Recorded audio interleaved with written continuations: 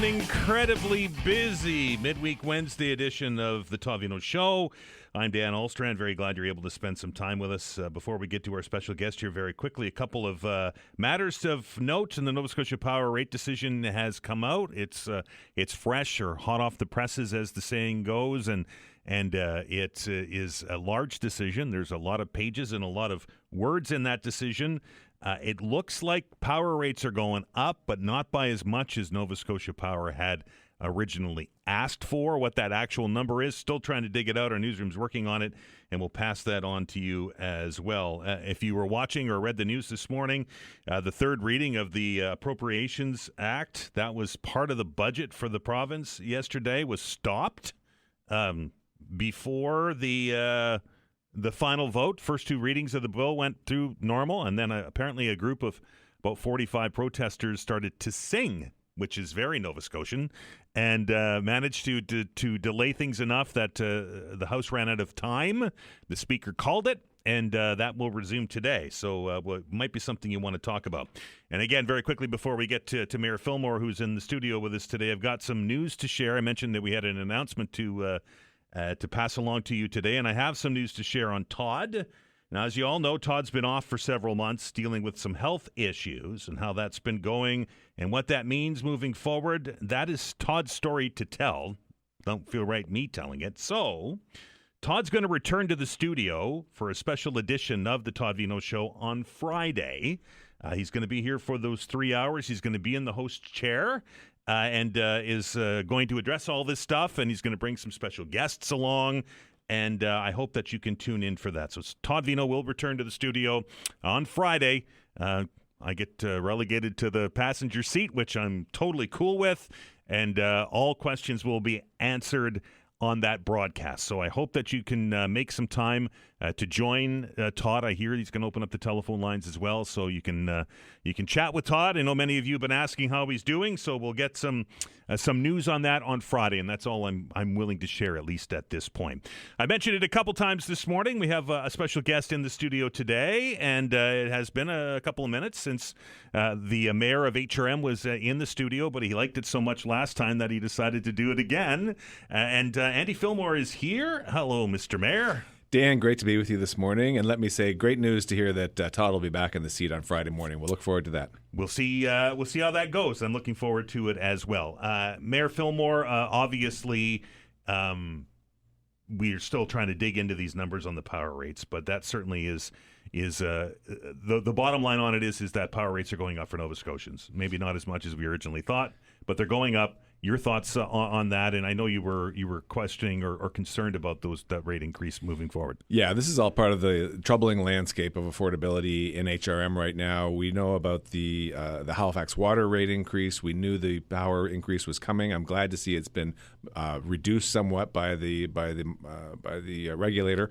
And then, of course, we've got our municipal budget that the council has landed on what that increase will be this year, and it is a 9.5% increase on the average municipal tax bill. So, these things are all important. They hit people in the pocketbook. This is one of the reasons why it's very troubling for me that we landed where we did with our budget, and I guess we'll be talking about that today. For sure. The telephone lines, folks, are open. If you have a question of Mayor Fillmore, he's graciously agreed to take some calls. So get into the queue early if you want to get in. 902-405-6000, 1-877-801-8255. Obviously, we have to talk about the budget. You know, it was a long process. I know you've raised some concerns about the length of that project in the past.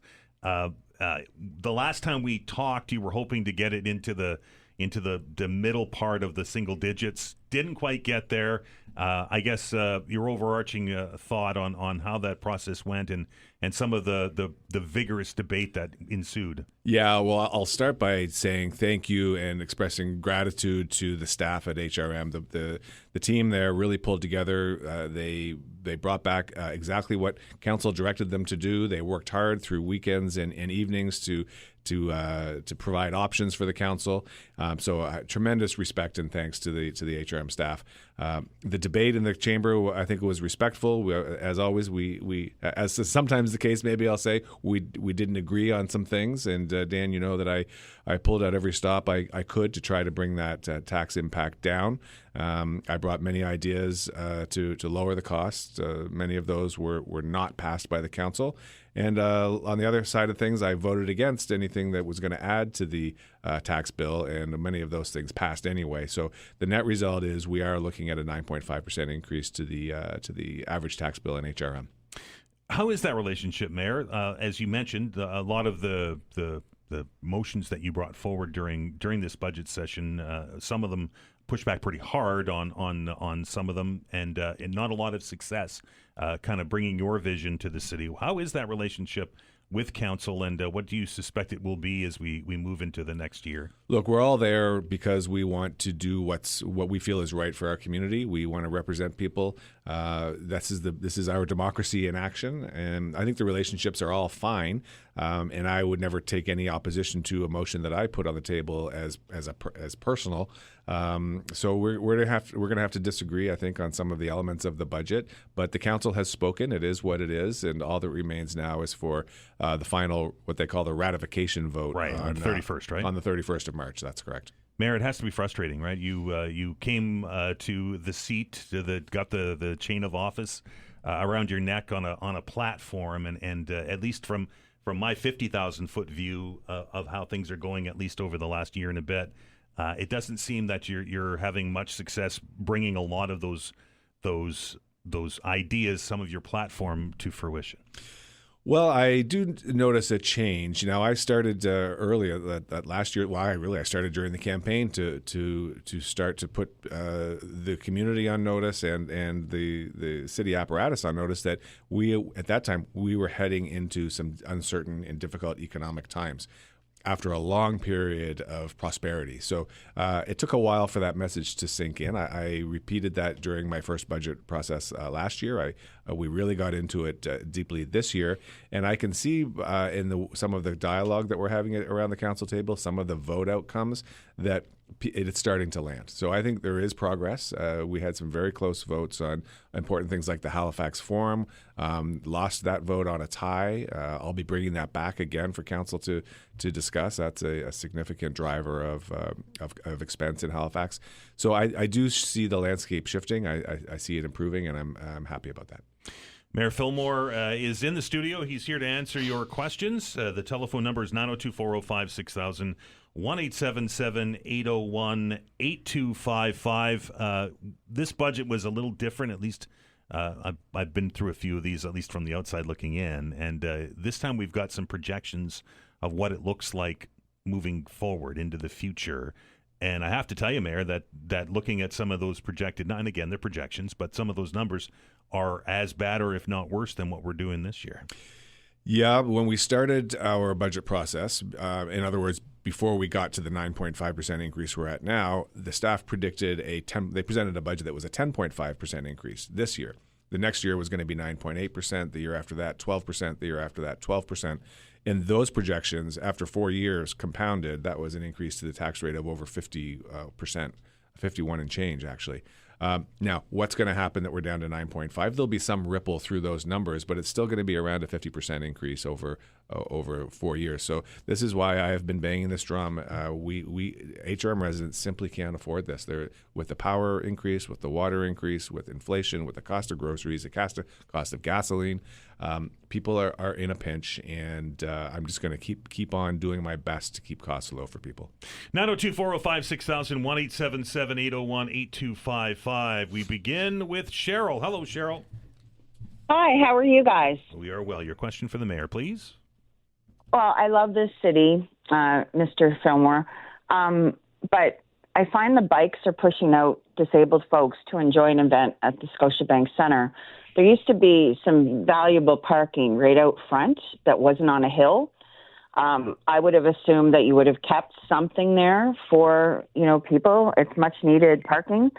Now you can try to get Accessibus, but it's very difficult to book, and it doesn't go late like the events do at Scotiabank Center. If you take a bus and you end up at Barrington Street, Like, a lot of folks in chairs cannot get up that hill. Are you going to install a T-bar from Barrington Street to Scotiabank Centre to make things accessible, or put some parking back on Brunswick Street for people that desperately need it? Thanks, Cheryl. This is so important, and I'm glad that you're shining a light on the fact that accessible parking spots and room for the accessible bus to access Scotiabank Centre has been limited by the recent, I would say, quite aggressive installation of bike lanes along Brunswick Street there. So I'm going to look into that. Thank you for raising that. No plans for a T-bar. I don't mean to make light. We really do need to figure out how to use our sidewalks and streets in a way that meets the needs of all user groups, not just some user groups. And I will say that we have the provincial government looking right now at a core streets congestion study, and they're going to be identifying any ways that they can see to improve the way that we move around our urban core. And I'd like to see that include making sure that we're protecting accessible parking spots as well. Thanks, Cheryl. Appreciate it. Great point. Mayor Fillmore, could there be or is there a better use of the internal kind of path that we have that comes from Scotia Square into the Scotiabank Centre? No, with the I don't want to call it closure, but the reuse of the World Trade Center in there, that isn't used as much as I think as it used to be. Yeah, it's interesting. I just had a long walk through that tunnel network at the end of last week because I hadn't been through it in a while, and I wanted to reacquaint myself with it. There are some tight spots there. It definitely wasn't built with accessibility in mind, the way we think of accessibility today. Right. There are, in some cases, you have to rely on escalators. In other cases, the corridors are narrow and corners are tight. So any kind of recapitalization that happens in the future, that would have to be a consideration, I think, improving the accessibility. But it's clear from Cheryl's concern and others that we hear as well that accessibility is a challenge. When you build a big complex building on the side of a very steep hill, you're necessarily dealing with lots of levels. And that's a challenge, so we need to address that. It's also access to City Hall too, right? I mean, you're literally neighbors, and you're on that same hill. Yeah, exactly right. We're a hill city, and we need to adapt. 902-405-6000, 1-877-801-8255. We're going to take a break, then head right back to the phones. A special hour with Mayor Andy Fillmore here on the Todd Veinotte Show. We'll see you in minutes.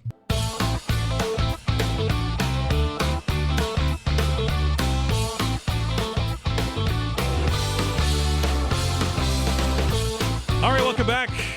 You're listening to the Todd Veinotte Show. In the studio today, co-hosting for the first hour anyway, is the mayor of HRM. It's Andy Fillmore. He's here to answer your questions. Always lots of talk about municipal issues. Here's your chance to talk to the guy that sits in the big office. 902-405-6000, 1-877-801-8255. Let's go to the phones and say hello to Chris. Chris, how are you?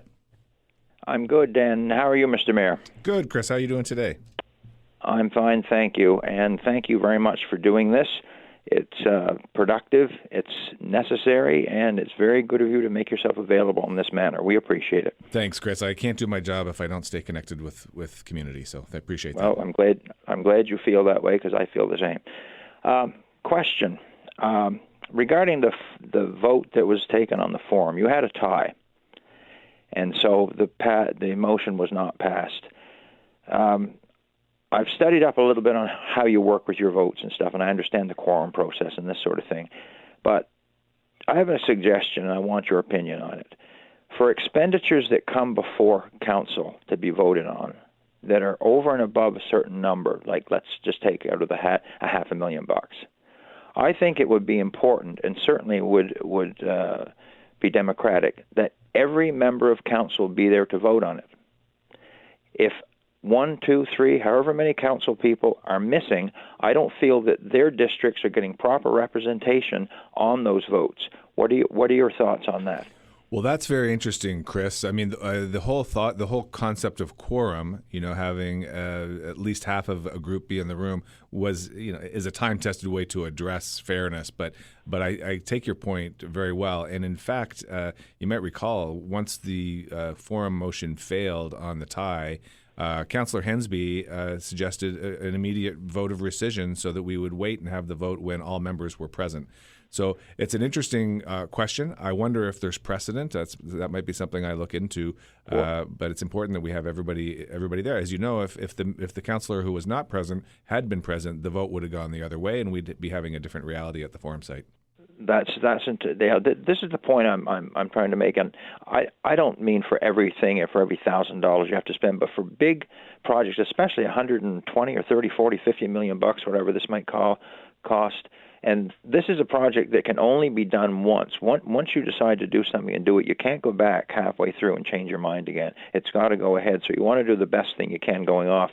My understanding is that the way the vote is set up, the province, through the Municipalities Act, they have regulated or they have dictated that. And I understand the quorum thing on minor issues, but I'm just getting at big projects, like any expenditure that's $500,000, $250,000, whatever, or more, especially new projects or new expenditures, that it be essential and required that every member vote, whether it be by Zoom or on the phone if they can't get there and sit in their seat. Is it, in fact, the province that dictates those rules? We have something called the administrative order at the municipality, which dictates our version of the Robert's Rules of Order. You know, how we have quorum, how the mayor moderates the speakers list, and all that kind of thing.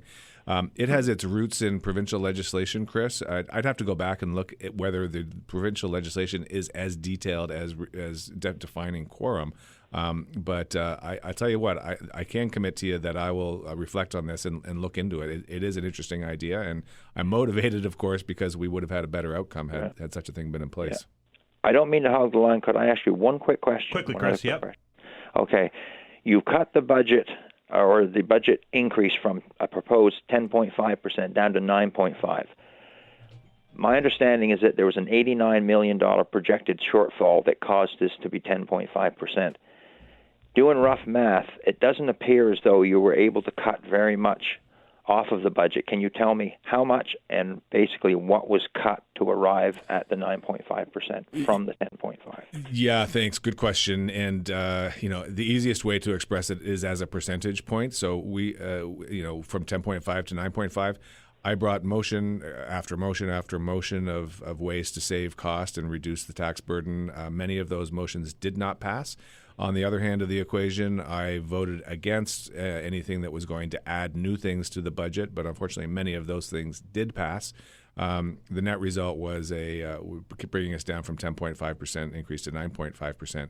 Some of the things that drove cost were proceeding with the forum, the advance purchase of 10 buses. The transit staff had a plan to buy those buses over a longer period of time. It was a very good plan, but the decision was made around the council table to accelerate that and put 10 buses on this year's tax bill. So much of the ground that we'd actually, that I had led to save cost got undone by the forum and the buses. So. Without spreadsheets in front of me, Chris, I can't be more specific than that today. Appreciate it, Chris. Mayor, council's on the hot seat, I think a couple weeks ago, said that we had it down to about 7.5% before the bus project in. So 2% of that increase is those 10 buses. Yeah, over $10 million. So they're about $1 million each, give or take. So it's a big chunk of change, and it really didn't need to be there. The transit staff presented a plan that they were comfortable rolling out at the pace that they were comfortable with, and we've asked them to accelerate it. We'll see how it goes. 902-405-6000, 1-877-801-8255.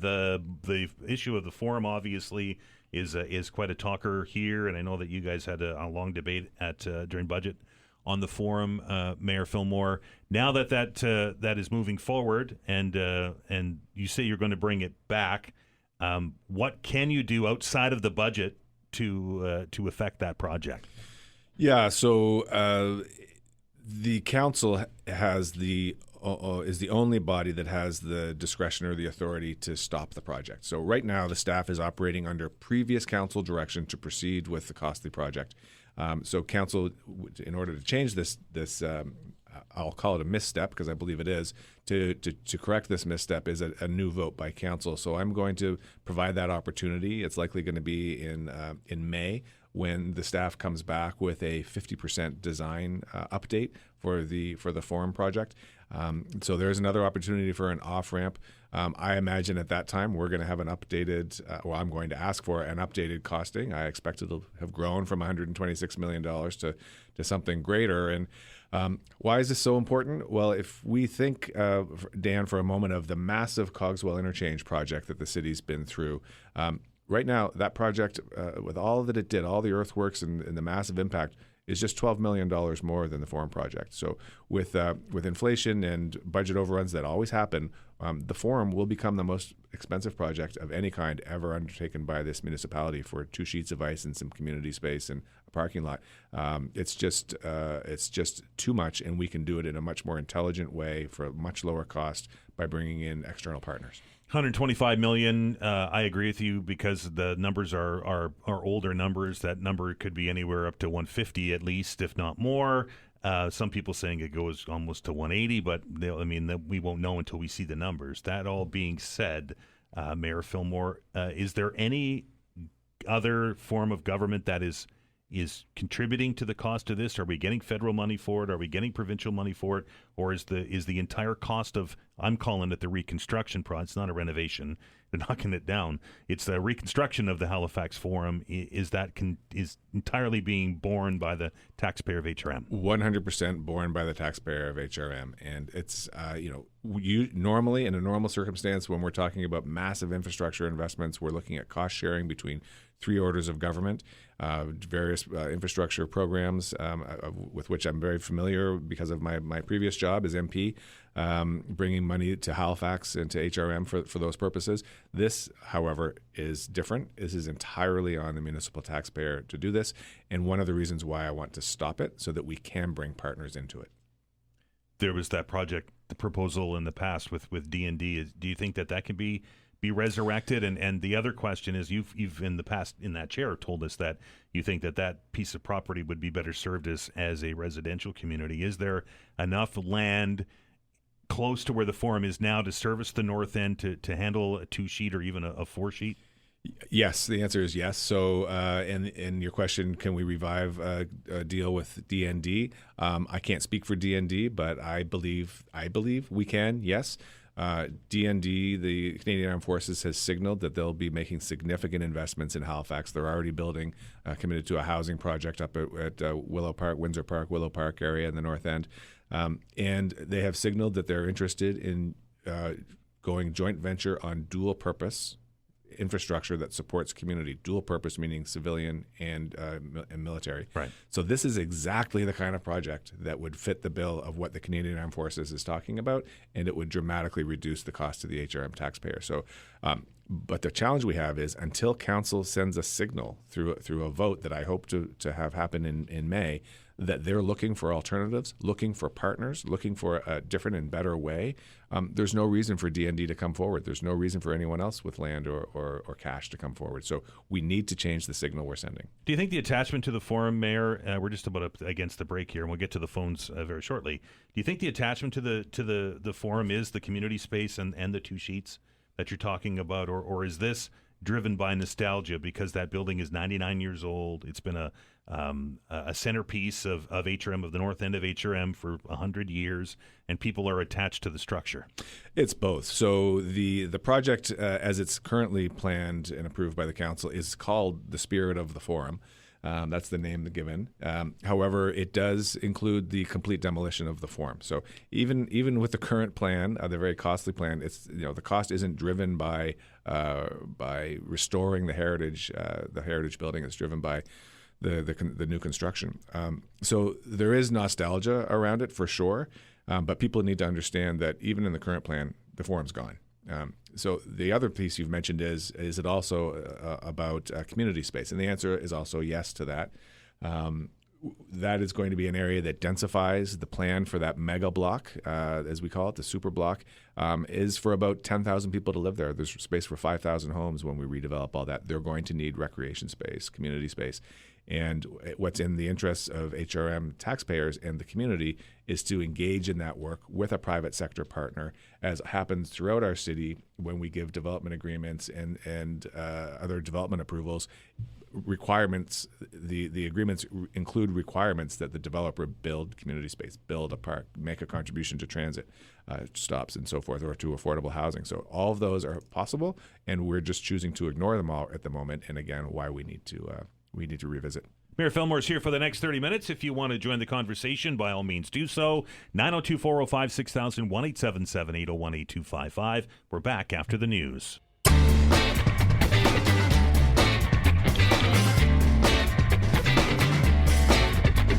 All right, welcome back. Mayor Andy Fillmore in the hot seat. Can we call it that? He's here for the next 30 minutes to answer your questions. 902-405-6000, 1-877-801-8255. Mayor Fillmore, can you do anything about this snow? Everybody's done with winter. I am so done with it. Every time I put my shovel away, it's time to bring it back out again. Yeah. We'll take the political answer on it. Blame the federal government. Exactly. Right? 902-405-6000, 1-877-801-8255. Let us welcome Doug to the show. Doug, how are you? Very good, Dan. Good morning, Mr. Fillmore. Good morning, Doug. First of all, I got to thank you for your efforts in trying to keep the tax dollars as low as you can. The reason why I'm calling, though, is when you talk about these numbers for these projects, where do they come from? Like, because you're always talking to millions of dollars here. I noticed there one time there was a redo of the bicycle lanes, I believe. In a short period of time, they come back with a $4 or $6 million savings in almost like a snap of a finger. Is this done in house, or do they have tenders out for these projects? And like the Windsor Street Exchange, are they the winning bidder on this big project? Is that something you can help me out with here? Yeah, so each of those projects get bid on, and those bids come with a price tag, and then they enter more detailed design, and that reveals more cost changes, and then they enter construction, and that reveals more cost changes, difficult underground servicing requirements or unexpected bedrock. So as you go through a project, there are multiple stages where you update and make more accurate the pricing. So it comes from a combination from the professional project managers at the city, but also what their consultants or designers or builders are telling them. So it comes from multiple sources. So when the contractor starts this job on the Windsor Street Exchange, he doesn't know exactly what it's going to be until he gets halfway through it or into the deep end of it, or what? There are some things you can't see down into the ground. There was an example of some bike lanes being built in Fairview over the past year, and it wasn't until they opened up the road that they realized that there were these ancient utilities under there that were still in use but not mapped, so no one knew they were down there, and that added great expense and time to the project because that all had to be dealt with once the street was opened up. So you're in an old city like ours, often you don't know what's under the ground, what the geological conditions or the subsurface conditions are until you get there. And then, of course, global instability on supply chain and materials and labor costs and now fuel costs. All those things come to bear too. Well, with all the constraint, all the cranes I see around the city, there can't be a shortage of workers because there seem to be lots of projects going on in the city. Anyway, thank you very much for your time there. Thank you, Doug. 902-405-6000, 1-877-801-8255, and more cranes to come. Right, we're not done. We'll continue to see developments approved right across HRM. We will continue to see cranes go up, and we'll continue to see homes get built. It's been recently reported just this week that cities in the Maritimes are among the fastest growing in the country. And with the federal investment in defense in Halifax, I think we will lead that pack. 902-405-6000, 1-877-801-8255. Hello, Dave. Good morning, gentlemen. How are you? Well, your question for the mayor, please. I just want to tell Mr. Fillmore how angry and frustrated I've been over the last 10 years or so while Mike Savage was the mayor. Driving around HRM here, especially at nighttime when it's raining. The street lines and crosswalks, the majority of the time, are always poorly faded and not painted. And I find it's very, very dangerous. A lot of times, especially at night when it's raining, you can't see a thing out there. The roads are pitch black, poorly lit, and a lot of times you can't even tell if you're in a lane or not. And I'm pretty sure that some of the accidents around here, we've had lots of them lately.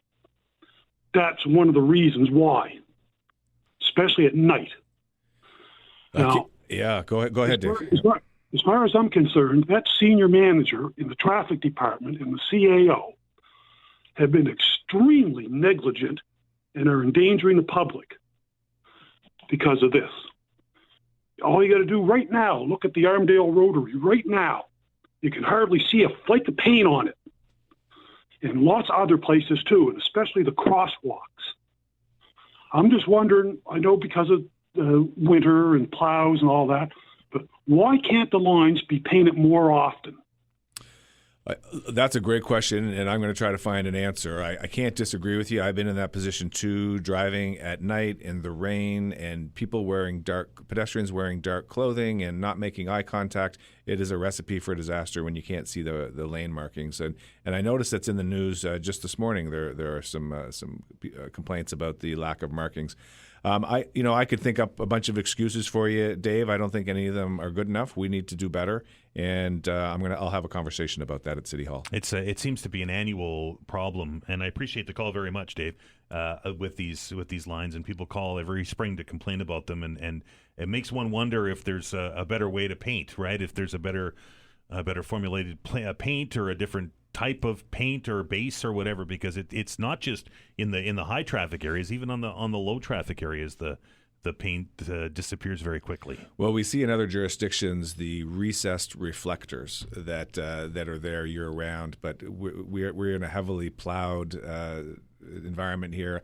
I don't believe those are a suitable alternative for Halifax, so we're stuck with the paint. And then, of course, salt deteriorates the paint very quickly. And then, do you want to spend money on the paint when you're about to repave the surface because of all the pothole damage? And it turns into a cycle. But it comes back to what I just said to Dave, that those are all excuses, and we need to do better. There's lack of safety. 902-405-6001, 877-801-8255. Hello, Gloria.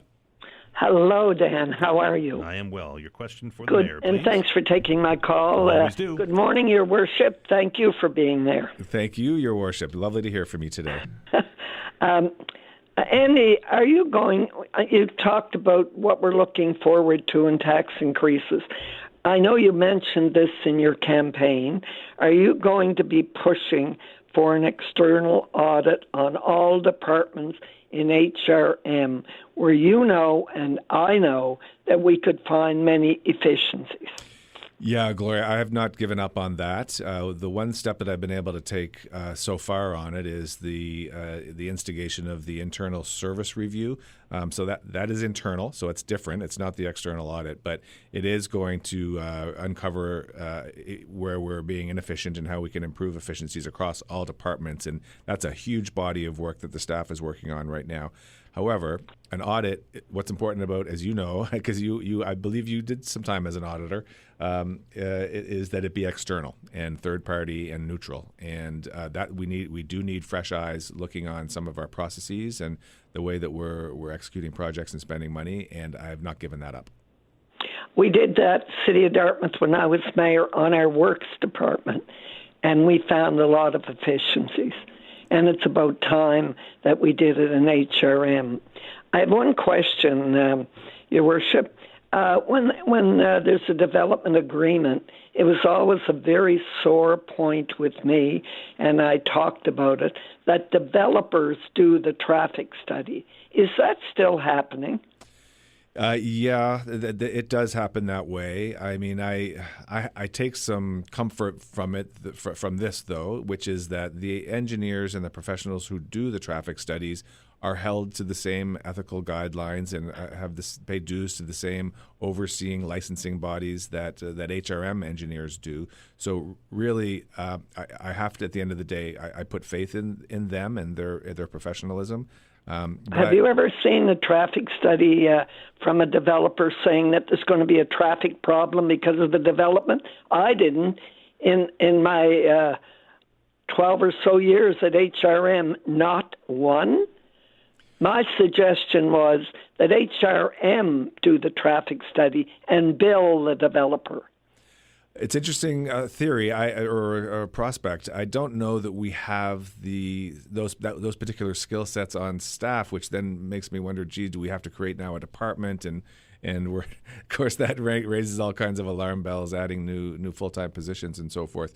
But interesting thought, Gloria, and I'd like to continue to think about that. I do like the idea of HRM doing more of its own work rather than hiring consultants to do it, to get off the expenditures of consultants. But I'll look into see if we have the expertise in-house for that. Be very interesting with the Micmac Mall. I live on Victoria Road, as you know, where it's difficult getting in and out of the driveway now. Imagine with all the development of Micmac Mall, and I bet you the traffic study will say no problem. However, with all the bike lanes, it might be bikes that keep me from getting out of my driveway. What do you think? Well, I think you are getting a bike lane near your home, but it's Dan and I were just talking at the break about the Micmac Mall, M District they call it now, and at council the question of traffic did come up, and our staff, our planning staff, did say that there is a traffic study that shows yes, there will be substantial increase, but still within the capacity of the roadway. And so the guidelines. Your prediction is true. It came true. Yeah, look at Woodland Avenue. It's lined up now. However, I won't keep you, but I do hope that you push for that external audit. And have a good day, and thank you, Dan, and thank you, Your Worship. Always a pleasure, Gloria. Thank you. 902-405-6000, 1-877-801-8255. Mayor Fillmore in the house. Will be here to the top of the hour. Some lines are open if you want to get your question in. 902-405-6000, 1-877-801-8255. We're back after the break. We're back. Mayor Fillmore here for a couple more minutes. If you'd like to try and squeeze in your question, by all means do so. 902-405-6000, 1-877-801-8255. Hello, Ian. Hello, Dan. Thanks for taking my call. What's your question for the mayor, please? Although I do believe that you misquoted the mayor. On length, the last time he discussed tax increases, he suggested that he was hoping that to get it to the low, I emphasize the word low, single digit, but tax rate increase. He used the word rate. Okay. And I've been asking questions about the tax rate since the first report was issued back in December. Staff estimated it at 6.5%. That's the one that said the average tax rate would increase by 10.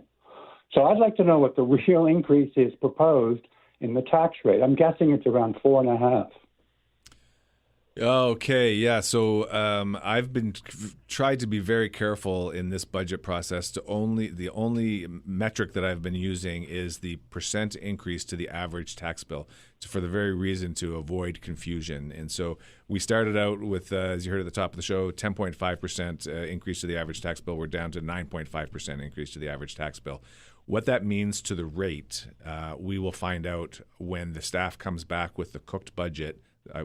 That's shorthand for the finalized budget on March 31st. And I don't know that number, Andy. And let me tell you, you've done a poor job. Yeah, I'm quoting you when you said that you expected a low single-digit increase in the tax rate. Yeah, I'm not sure I said that. I'd have to see where that's drawn from. But I was saying, when asked what kind of an increase to the average tax bill would I be comfortable with, my answer has consistently been low mid single digits. We did not get to low mid single digits increase on the average tax bill, which raises a problem for me. I don't see a clear path for me to be able to vote in favor of this budget. I'm going to keep an open mind until we get there. But low mid single digit increase. We're at 9.5. We're half a point off of a double digit increase. This is I'll try one more way. My assessment is capped. Like I think something like 80% of the taxpayers in the city. How much is my taxes going to go up this year? Yeah, like I said, we won't know those numbers. It's based on your assessment, Ian, and that's a conversation. It's capped. But your cap is going to be the same as everybody else's cap, right? That's right. Everybody who's capped is going to go up by the same percentage rate. There you go. So you could look at your tax bill and calculate it yourself. And you don't know that number yet. Is that what you're telling me? You're going to the rate increase will be known to the council when the staff comes back with the final budget on March 31st. As for I appreciate your time, but you haven't answered any of my questions. I don't understand why nobody can answer questions about the tax rate. So I'll leave it there. Thanks. Thanks, Ian. Appreciate it. 902-405-6000, 1-877-801-8255. Mayor Fillmore, is there or could there be a possibility that you mentioned just earlier that you're going to have trouble supporting the budget? Could we see the budget, this last ratification vote, fail? I don't think it will. Based on the voting patterns throughout the budget, I think there is a mood on the majority of council to spend, and I imagine it will pass. It does raise the question for me, and I've thought about it quite a bit lately. And I'm trying to find the answer. Has there ever been a budget that has failed at HRM? We haven't gotten to the bottom of that question yet. I don't expect it will, but I need to stand on my principles. My principles are always going to be to bring the voice of community into that chamber, to hold the tax rate and the percentage increase on the average bill as low as possible, and to keep life affordable. And I can't see today how voting for this budget at 9.5% increase is consistent with those principles that I've been elected to proceed with. Our last caller, Ian, mentioned the cap. And I know you're a big fan of the show, Mayor, and you listen to us all the time, and you know that I'm not a big fan of the cap, and I know this is a provincial deal, but my thought on it is that it is artificially depressing the amount of revenue that the city can generate, because different properties in same neighborhoods with the same square feet are paying different tax rates. What is your thought on the assessment cap, and is this something that you would look at?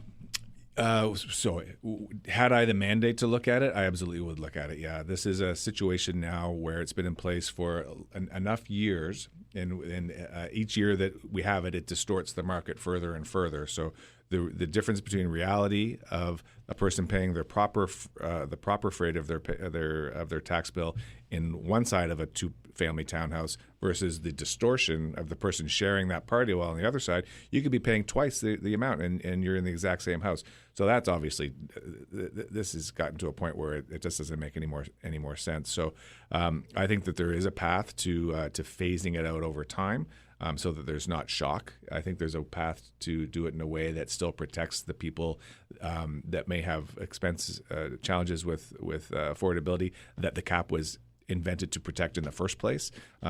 It's a very difficult one. It's not municipal jurisdiction, but I will note that Councillor Steele has asked for a staff report, and so we're going to come back. We'll have some staff analysis on the cap for council to chew on in a few months. 902-405-6000, 1-877-801-8255. Let's welcome Jim to the show. Jim, how are you? Good morning, gentlemen. Doing well, thanks. Hope you guys are both well. I'm always a big proponent, I think we all are here in Halifax, of the tall ship festivals that we've had in the past. I still remember 1984 and then Tall Ship 2000. And I think the last one we had was 2017. And it always is just a wonderful event for Halifax. And I was just going to ask Andy, and I know it's more of a provincial matter, but is there any talk, is there any rumor, or do we have anything planned for maybe another Tall Ship Festival in Halifax? Great question, Jim. And I remember writing my final grade 12 exam at Queen Elizabeth High School and racing down to the waterfront in 1984 to see that first festival. It was an amazing time. Later in my career, I worked at Waterfront Development Corporation, now called Build Nova Scotia, and that is really the home of the tall ships. So it is. It's always been a matter of provincial jurisdiction, and they run that. I'm not sure whether there's any plan right now for another tall ship festival, but it would be a great question for someone from Build Nova Scotia for sure. And we've got a big event coming to the harbor this summer. Sail GP, of right. course. Yes. So we've swapped our tall ships for fast boats. Right. Small boats. Small ships. Smaller. Yeah, exactly. That event is a marquee event globally. We've had it here once before. Mayor, how important are these events? We often hear that they're economic drivers and there's all these millions of dollars that are attached to it. Does that money... I guess that number always to me seems like a mystery. It's just like they pick a number. It generated $10 million. But having an event like that in HRM Harbor, how important is it to the image of HRM? So, we can accept. I accept the economic argument as well. But let's talk about the image. Sure. 2 million people globally watched Halifax Harbor 2 years ago at Sail GP. That put our city on the map. It gave us an audience of people that normally we don't have an audience with. For folks who don't know, SailGP, it stands for the Sail Grand Prix.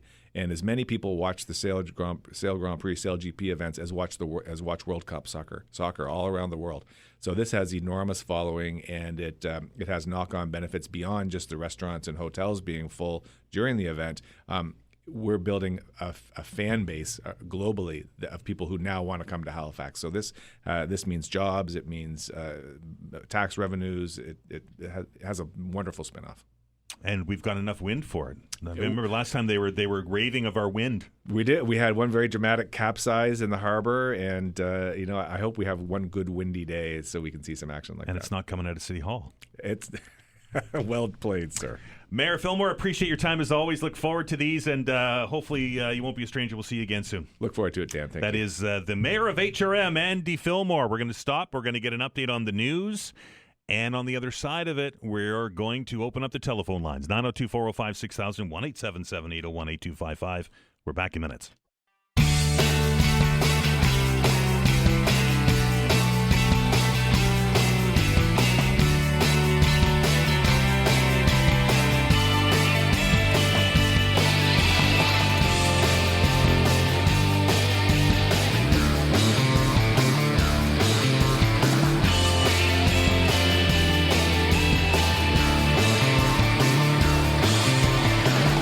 Back. It was a good hour with the mayor. Appreciate all of the participation and the good questions and the calls. The mayor likes doing that, and I assume with the budget ratification happening here in the next week or so, and moving forward with the plan, that the mayor will be joining us again, and I look forward to that. I know he does as well. Just waiting on Dr. Gillis to join us here on the program. I misspoke before the break. I got an hour ahead of myself. It is Wednesday. That means we're going to do house calls here if we can connect up with Dr. Gillis, and he'll be here to answer your medical-related questions. Afternoon today, folks, we're going to open up the lines for the open hour. And this just came across my desk, and I want to get your thoughts on it. I know this is very fresh, but this, to me, is out of bounds. And if you were listening to the news earlier on, you heard that a vote on the budget last night, or on appropriations bill last night at the legislature was cut short. Third reading was cut short because of a protest in the gallery. Right? We had 45 people up in the gallery singing. As I mentioned earlier, a very Nova Scotia type of protest. It delayed things long enough that the House ran out of time. The Speaker called the night, and that vote will happen today. Well, I got this email just before we came back here after the 11 o'clock news, and it reads, and I quote, "In light of the events at the gallery on Tuesday, March 24th, that prevented the House of Assembly from conducting its business, as well as other security incidents throughout the sitting, the Province House and the rest of the legislative precinct, which includes the grounds of Province House and the committee room in One Government Place, will be closed to visitors for the remainder of the week starting today to ensure no further obstructions to the House proceedings. Province House will remain open to MLAs and accredited media, as well as caucus, government, and House staff. The proceedings of all committees, including Public Bills Committee, will also be closed to visitors. In addition to staff and media, only scheduled presenters will be permitted to attend committee meetings. The decision will be reviewed at the end of the week and will to determine whether the precinct will be reopened to visitors on Monday, March 31st. The government is, in my opinion, so far out of bounds that they're not even in the stadium. The provincial legislature, folks, is the people's house. And if there's disruption, then remove the disruptors. But to close the whole thing down, including the grounds, this government and its restriction on public access to it is absolutely awful. And I hope to hear from you as part of the open hour on that. That's going to happen at 12 o'clock. 902-405-6000, 1-877-801-8255. Let's welcome Dr. John Gillis to the show. Dr. Gillis, how are you? I'm well. How's things? Well, you know, it's the sun's out, the snow has stopped, and you're back in Nova Scotia. All is well. Yeah, for the time being, I'm here. Absolutely. Dr. Gillis is here to answer your questions. If you have a medical-related question, want some advice from the doctor, here's your opportunity. 902-405-6000, 1-877-801-8255. I know, Dr. John, you've been traveling as of late, but I would imagine that things remain busy at the ERs and particularly where you work. Yeah, I was there yesterday, and I'm there tonight. Yeah, it's crazy. It just never stops, and as you heard me say a few times, that you sort of just become numb to it and just do your thing. And, forget you're seeing people in the hall and in chairs, and ordering tests from the waiting room, which is on one level, a good thing to get processes moving, but it's not ideal. I mean, we're not seeing people the way we'd like to, and it's do the best we can, and it's frustrating for patients, and it's frustrating for us, but on we go. Don't know if you saw the news last night, the supper time news hour. New Brunswick is taking a look at ways to free up some beds in its hospitals, and they're taking a look or a study now at seeing how many people they can move to treatment at home, where instead of occupying a bed, if it's obviously medically possible, that they'll handle their treatments at home. Is that something that you think could work and we could do here in Nova Scotia? Yeah, I mean, again, the unfortunate part is what it comes down to is critical mass of staff, right? I mean, if I've got people try to compare the systems in Canada to those in France and Germany as an example, and they have a surplus of doctors, they have a surplus of other healthcare professionals. So, if you've got extra X, Y, and Z to do that, yeah, by all means, it sounds great. It's just the question is where is the staff going to come from to do that? And look, I applaud them for trying, and I hope it works. 902-405-6000, 1-877-801-8255. Email question, Dr. John, to kick things off here. It reads, hello, Doc. I've had a sore throat and pain when I swallow for about a week now. Last night I took a look inside my mouth and saw my tonsils were inflamed, and there was a white spot that I picked off, and I saw that there was still more white under it. I went to the doctor, told me that my tonsils were inflamed, but there were no white spots, so she just gave me a non-steroid anti-inflammatory pill to be taken 3 times a day. After taking 2, I noticed the pain went down a good amount, but when I looked at my mouth again, I had a ton of white spots over both tonsils this time compared to one spot on one tonsil the night before. Should I go back to the doctor? It depends how you're feeling. The criteria, in general for diagnosing strep throat are white spots are one of them, swollen glands in the neck, fever, and the absence of a cough. If you don't have swollen glands, if you don't have a fever, if you are in fact coughing, it tends to suggest it's viral. If you're feeling better and the spots are the only thing, you can get spots with viral infections. I would probably keep an eye on it. We tend to forget that treating the symptoms should come first, and that, is what's been prioritized here. If it's not settling down, maybe in the next 24 hours or those other symptoms, present, it probably is worth going back, but maybe sit on it for a bit as long as you're feeling well. The difference between spots and no spots, is that the indication of a different ailment? No. As I said, you can get spots with a viral illness. It's just sort of the combination, of symptoms. If you have 4 of those 4 things, it's almost certainly strep. If you have 3 of 4, it's likely. If it's 1 of 4, maybe, a soft maybe. So it's, statistics. How contagious is strep? It's a good question. I mean, strep is a bacteria. It's not a virus, like that's airborne. But you can spread it by coughing or coming in contact with it. It just doesn't work quite the same way. So it's not as, if I've got the flu, I cough on you, you're probably going to get it. It can be spread, but it's, less likely. If you're, cautious, wash your hands, avoid direct contact, obviously, with bodily fluids, sharing utensils, stuff like that. Usually it doesn't happen. We've talked about this before, Dr. John, but is it still recommended or still practiced to get those tonsils taken out? It is, but you don't see it as much. I mean, I think you see, try to avoid it. I mean, maybe I'm just not in front of it as much because I don't see as many kids. Right. But, I think conservative treatment tends to be the preference where possible. 902-405-6000, 1-877-801-8255. Dr. John's here to answer your medical-related questions. Look forward to your calls. Again, 902-405-6000, 1-877-801-8255. We're back after the break.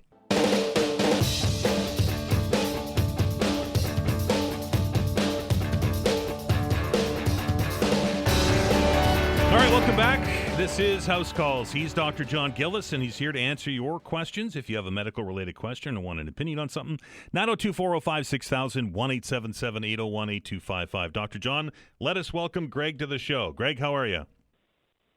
I'm good, thank you, gentlemen. Your question, please. Yes, I've had pain in my hips, the outside of my hips, for the last 5 years, and I've had x-rays and everything else. And it's something about calcification around the greater trochanter. But then last year I had an MRI, and it says that I have a complete tearing of the gluteus medius at the lateral facet of on both sides.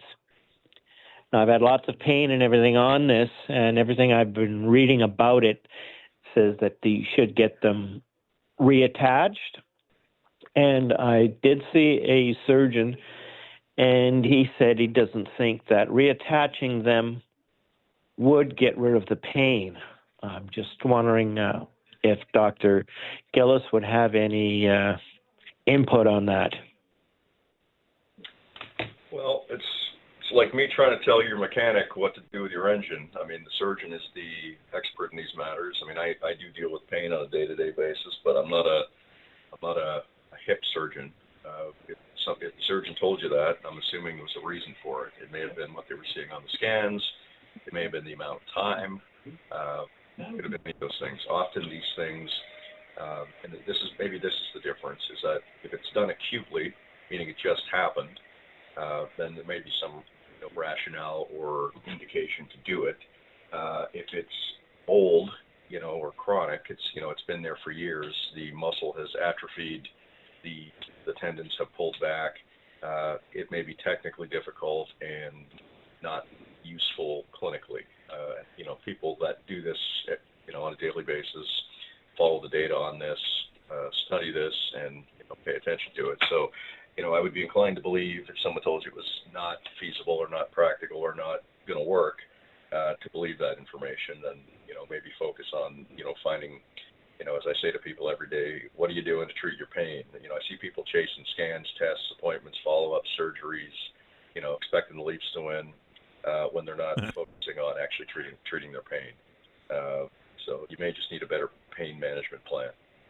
And this might be a difficult question to answer, Dr. Gillis, but in Greg's situation where he's had this pain for 5 years, is there, you deal with pain a lot, is there a way or a method that would help Greg here? I mean, pain is pain, so right. Sure. I mean, I don't know what Greg is taking for pain. Greg could be taking one Tylenol a day. Greg could be, smoking an ounce of hash every day, or everything in between. It depends what has been done, and that's how we approach it. What is the problem? Are there any tests missing? It doesn't sound like there are. Have you seen a surgeon? You have. Okay, now what's the plan to treat the pain? Might injections help? What sort of medications or combinations of medications can we put together to help Greg feel better and help us function? And that it sounds to me like that's where the focus needs to be at this point.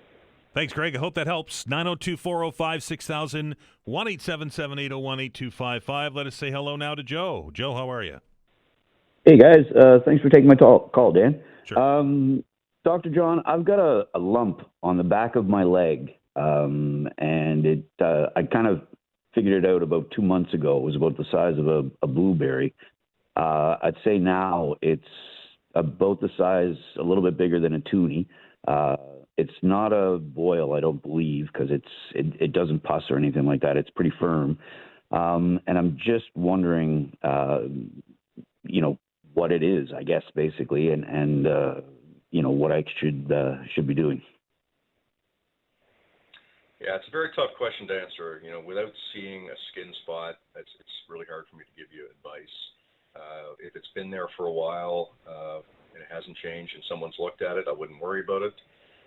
If it's changing or it's in color and size or it's causing pain or other symptoms, you should definitely get it looked at again. You may need referral to a dermatologist, but like I said, it's one of these things. It's very hard to give advice over the phone because without seeing it, you're guessing, really. Best of luck, Joe. Appreciate it. 902-405-6000, 1-877-801-8255. This email question comes from the mailbag, Dr. John, and it reads, I was diagnosed recently with walking pneumonia after 2 weeks of coughing. No prior upper respiratory illnesses at all. The first week was dry. Second week was productive. I don't know what that means. Last 4 days have included body aches, headache, extreme fatigue, no appetite. Mucus is dark yellow. I had 1 dose of Augmentin through IV at the hospital and then was discharged with oral antibiotics. I woke up feeling terrible with a mild fever. I feel terrible now, very nauseous. My heart rate's 135 beats per minute when resting, and the fever doesn't seem to be going away. Do I need to go back to the hospital? So the short answer to the latter part is yes. I mean, if you're still feeling very unwell and tachycardic and your heart rate's up, then it sounds like you do. Antibiotics do take some time to work, but if you're still feeling quite unwell, you should go back. Walking pneumonia is a term that is sometimes misused. The proper usage is a specific type of pneumonia caused by a bacteria called mycoplasma, which has a sort of a slightly different symptoms than some other bugs and looks a little different on an X-ray, which is usually how it's diagnosed, and the antibiotics are chosen accordingly. But ultimately, if you're feeling unwell, you should go back. The term gets thrown around loosely, often by people who have like a mild respiratory infection. They get told they have walking pneumonia without an X-ray. I don't love the term or how it's used, but ultimately, Augmentin is a good drug. It's a broad-spectrum antibiotic. IV dose and such is not working. You should revisit and get checked again for sure. 902-405-6000, 1-877-801-8255. We're just about at the break. Another email question. This one, Dr. John, is very short and succinct. It says, hello, Dr. John. I think I've developed an intolerance to lactose. I've never had a problem before, but over the last 6 months or so, I've noticed that if I eat cheese or I drink a lot of milk, then I pay for it later with a smiley face emoji. Can you develop lactose intolerance later in life? You can. It usually is there early, but it can happen later. I mean, I guess it depends what later is. The emailer doesn't say how old they are, do they? No. Yeah, I mean, 20 to 40 is what they quote. But I have seen cases later. So the answer is yes. And then, that if it's bothering you, make sure it's not something else in your diet. But then experiment with taking lactose out of your diet, or using, products like milk that has the enzyme in it, like lactate, and see if you feel better. How about the pill form of that stuff? Is it effective? People say it is. I'm thank God I wasn't lactose intolerant. I used to drink 4 liters of milk a day when I was a kid. Right. So I used to just go through the stuff literally like it was water. So, but people say it does. So try those things. Hope it works.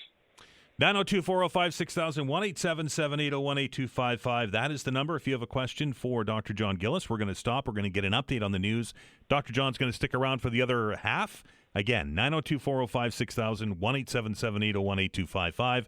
We're back after the update. Finding great candidates to hire can be like, well, trying to find a needle in a haystack. Sure, you can post your job to some job board, but then all you can do is hope the right person comes along. Which is why you should try ZipRecruiter for free at ZipRecruiter.com/zip.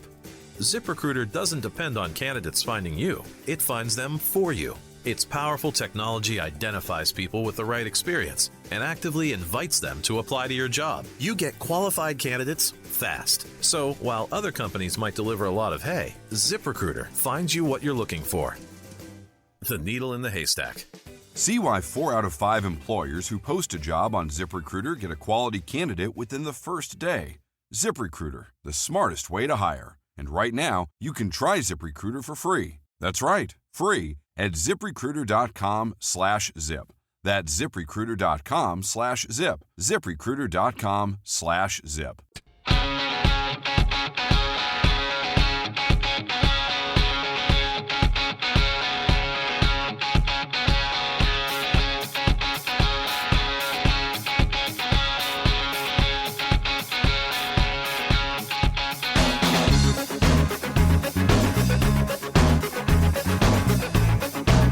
Welcome back. This is House Calls. He is Dr. John Gillis. And if you have a medical-related question that you'd like the doctor to answer, here's a golden opportunity to do that. The lines are open, 902-405-6000, 1-877-801-8255. Dr. John, let us welcome Jeff to the show. Jeff, how are you? Yes, good morning. Thank you for taking my call. Your question, please. I'm calling on behalf of a relative, actually, who is quite perplexed because this relative, starting 5 years ago, acquired quite puffiness on the eyelids, and it has now traveled just below the eye. It's almost like one would think it's water retention, but the frustrating part is he has seen specialists.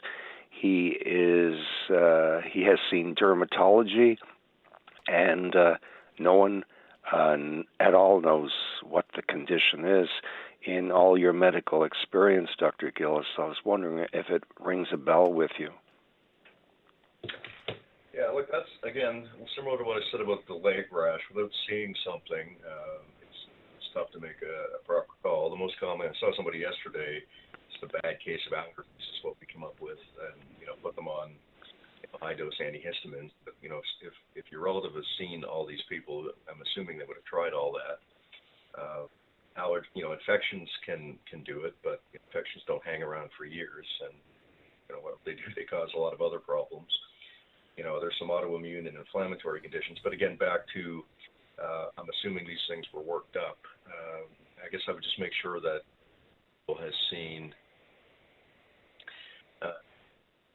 You mentioned dermatology, that they've seen an allergist, to go through that side of things to make sure they're getting the most complete testing and treatment. Are you aware if they've seen an allergist? Yes, yes. And for whatever reason, dermatology now wants to do a CT scan from the chest downward. I don't. That's what I was told. I don't know what that would have to do with the eyelids and the cheekbones, but I don't question them. They're the experts. Yeah, look, sometimes when we see facial head and neck swelling, there's a problem in the chest. There's something else being blocked, and it's causing a backup. So that's probably what they're looking for. It sounds like they're doing all the right things. I know it's frustrating when people aren't getting answers, but if you've seen dermatology and allergy, and they've got some scans booked, I would keep asking questions and keep being vigilant. But it sounds like at least the process is being followed. I certainly hope it gets better. Wish I could be more helpful. Thanks, Jeff. I appreciate it. Best of luck. 902-405-6000, 1-877-801-8255. We say hello now to Mike. Mike, how are you? Not good. That's why I'm calling.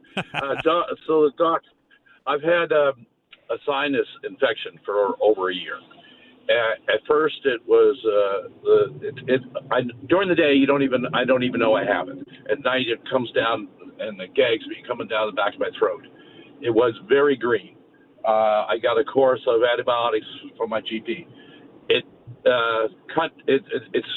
down pale or white now, pale green or white now, but it didn't. It still comes. And they gave me a steroid nasal spray, which I've been on for like 6 months. I do it morning and night. But this thing won't go away. Like I say, I don't even know I have it during the day, but at night it comes down enough, it wakes me up. I have to get up and spit it up and rinse out with water. It's every night. It's driving me crazy.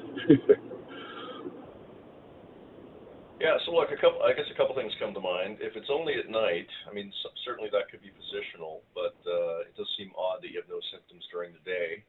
Have you evaluated your home environment, your bedroom, to see if there's something you're allergic to there? A pillow. I did. I've been in the same place for 3 or 4 years, and the first 2 or 3 years I didn't have any problem.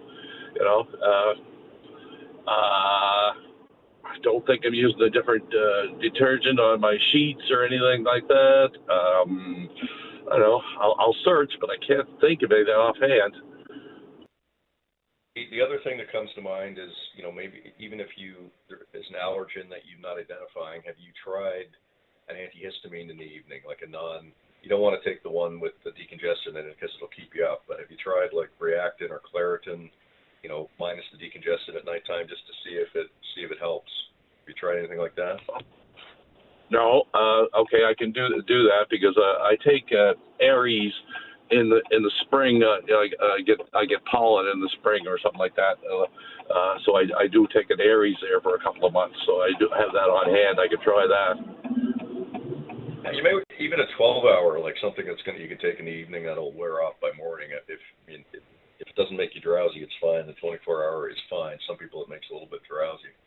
So you could give that a try. And I guess the only other thing that comes to mind is sometimes acid reflux, sort of mimics the sensation of something at the back of your throat. So you're fine during the day. The acid comes up, tickles your throat, and causes a reaction. Sometimes that fools people into thinking it's the sinuses when it's actually acid reflux. And it doesn't always present as a burning, just sort of a low-grade kind of irritation and tickle that then causes, the feeling of phlegm and bothersome. So give that some thought, too, and maybe mention that to your GP if the antihistamine doesn't help. Thanks, Mike. Best of luck, my friend.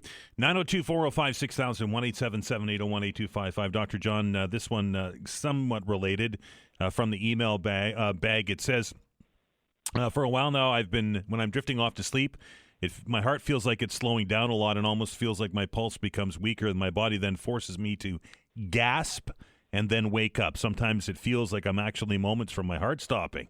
It happens 5 or 6 times. I force myself to stay awake even if I can barely keep my eyes open just to let it settle down. Eventually, I'll drift off to sleep. It's so frightening. It doesn't happen every night, but it's becoming more frequent. At first, I thought it might be sleep apnea because I was eating too late or consuming too much sugar before bed.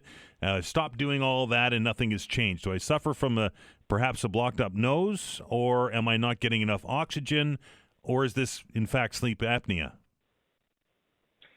Yeah, it could be any of those things. People lie down at night, they feel stuffed up, they feel like they're choking. That happens. It's normal that your heart slows down when you lie down and relax, but it shouldn't make you feel unwell. There's also a phenomenon called a hypnic jerk.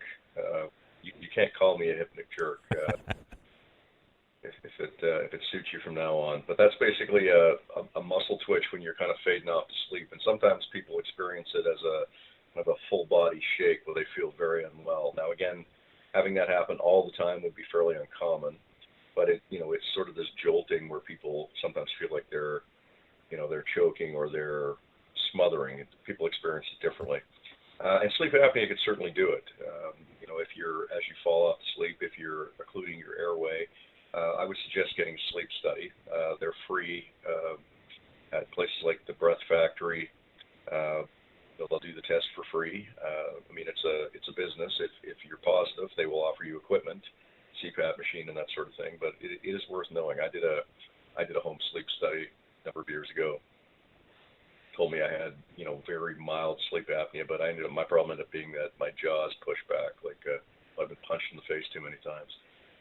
Ended up getting a mouth guard, and it helped. But again, if it is sleep apnea, there are different approaches to it.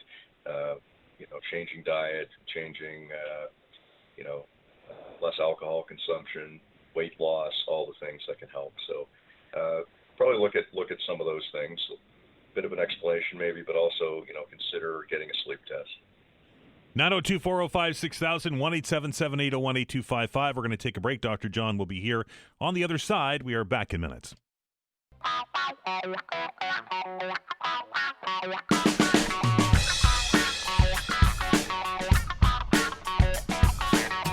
right, welcome back. Dr. John is here till the top of the hour to answer your questions. 902-405-6000, 1-877-801-8255.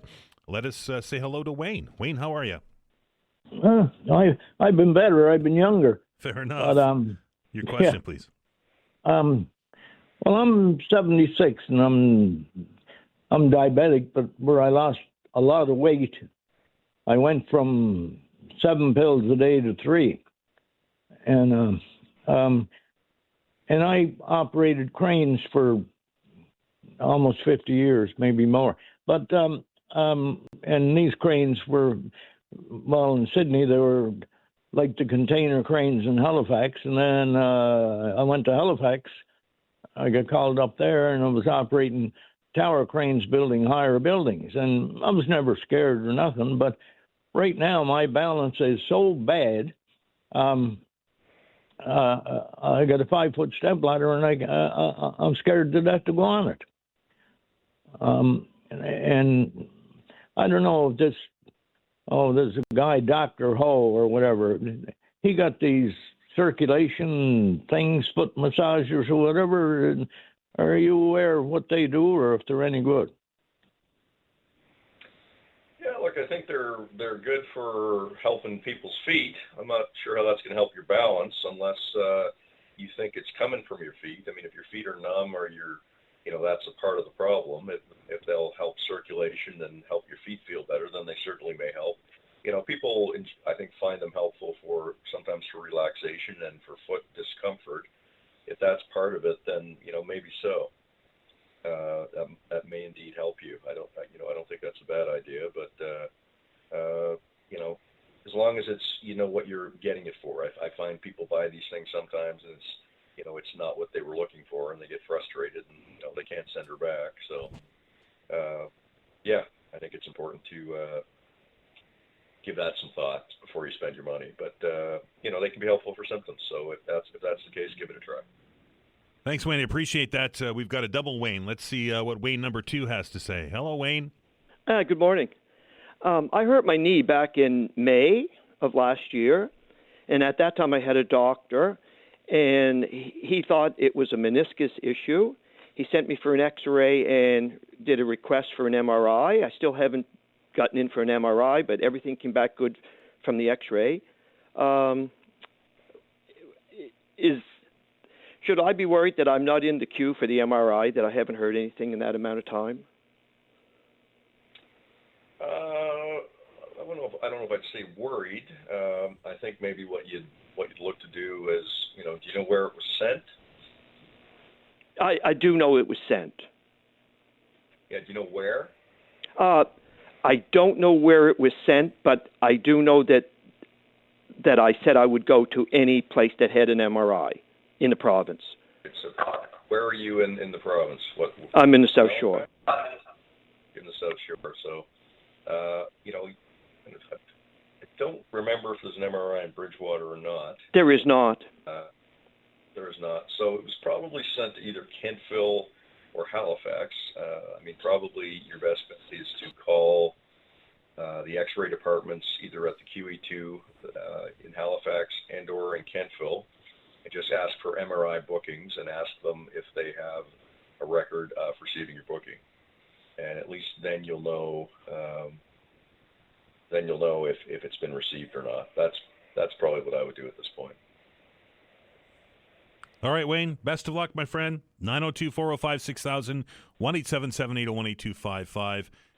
One more question, Dr. John, here from the email bag, and it reads, I got prescribed Keflex, Keflex, for a cyst on my back to prevent infection, and the doc at the ER said I could put any kind of triple antibiotic cream around the area to reduce redness and itchiness. I got some cream, and I put it on, and I looked up drugs that interacted with Keflex. To my dismay, I see that zinc is one of these substances that can have interactions with the drug. And, of course, Bacterin zinc is one of the ingredients in antibiotic cream. that I bought and used today. Do you have any suggestions for a cream that won't interact with my drugs? Yeah, I don't think there's. I would check that with your pharmacist, but I don't think there's enough zinc in an antibiotic cream and the dose you'd use it at to cause a problem. You could double check that with the pharmacist, but I really don't see that as being an issue. All right, Dr. John, we're going to give you a couple minutes back of your day. Appreciate it, sir. Have a great day. Nice to talk to you. It is nice to talk to you. We'll talk to you again next week. That is Dr. John Gillis. He's here every Wednesday from 11 o'clock until noon to answer your medical-related questions with house calls. We're going to do that again next week. We talked about this yesterday, right? How it's been a long winter, how everybody is on the edge. We're watching world events unfold. We're watching gasoline prices go through the roof. We're watching the price at the grocery store rise. We're watching it seems every time you turn on a television or look at your feed on your phone that you are dealing with some kind of bad news. Feels like we need a break, doesn't it? I certainly think we do. And the good folks over at the Rebecca Cone certainly think we do. So, coming up on the 29th, that's this weekend, Canada's #1 party band, Dwayne Gretzky, is coming to town. I don't know if you've been following these guys, but I'll tell you what, their shows, from what I've seen, feature the hits from the 70s, 80s, and 90s. That's kind of in my wheelhouse. I imagine it's in yours as well. And they're described as being a party from start to finish. What a welcome relief in the crazy world that we're in these days. And who doesn't want to have a fun time on a weekend down at the Rebecca Cone, right? I know I certainly would. I know Vanessa would too. So why not go on us? We have a set of 4, so you can bring a couple of your friends with you. A set of 4 tickets to the 29th edition of Dwayne Gretzky, not Wayne, Dwayne Gretzky, a party from start to finish at the Rebecca Cone. If you want to go, here's your chance. 902-405-6000, 1-877-801-8255. That is the number. Vanessa, what should we do today? How are you feeling? Number 5. Caller number 5, 902-405-6000, 1-877-801-8255. A package of 4 tickets to see Dwayne Gretzky, the party band, on March 29th at 7:30 at the Rebecca Cone. Could be yours, and they're up for grabs. Good luck. We're getting ready to take a break for the news, and then, of course, as we do here on Wednesdays, we're going to start the open hour at noon. There was a lot of things I had on my list today, folks. We knew that Nova Scotia Power was going to get a decision from the UARB. That happened, although, did it really? We know that rates are going up, but we still don't know by how much, as it appears to me that the Nova Scotia Energy Board has sent some homework back for a redo with Nova Scotia Power. That is something that is on our mind. But what has really upset me today, and it should be upsetting to everyone that's listening to this program today. Don't know if you've been following the proceedings at the provincial legislature. And we know that the bills that support the budget, right? All of the things that get put into a budget all have to be passed as part of legislation. And one of these, this chunk of bills has been working its way through the ledge and was a late night session last night. And the Appropriations Act, as it's called, was up for debate. And it went late into the night. And as you well know, bills need 3 readings, right? We need first, second, and third reading. Well, first and second reading, no problem. But the third reading, there was a bit of a hiccup because there were about 45, as I understand it, people in the gallery that were watching the proceedings, and then they broke out into song and started to disrupt things. To a point where the House ran out of time. Right? They have to set House hours, and if they get out of time, the Speaker shuts things down. And that's what happened last night. So the Appropriations Act didn't get third reading, didn't get the final vote. I understand that has been delayed till 1 o'clock today.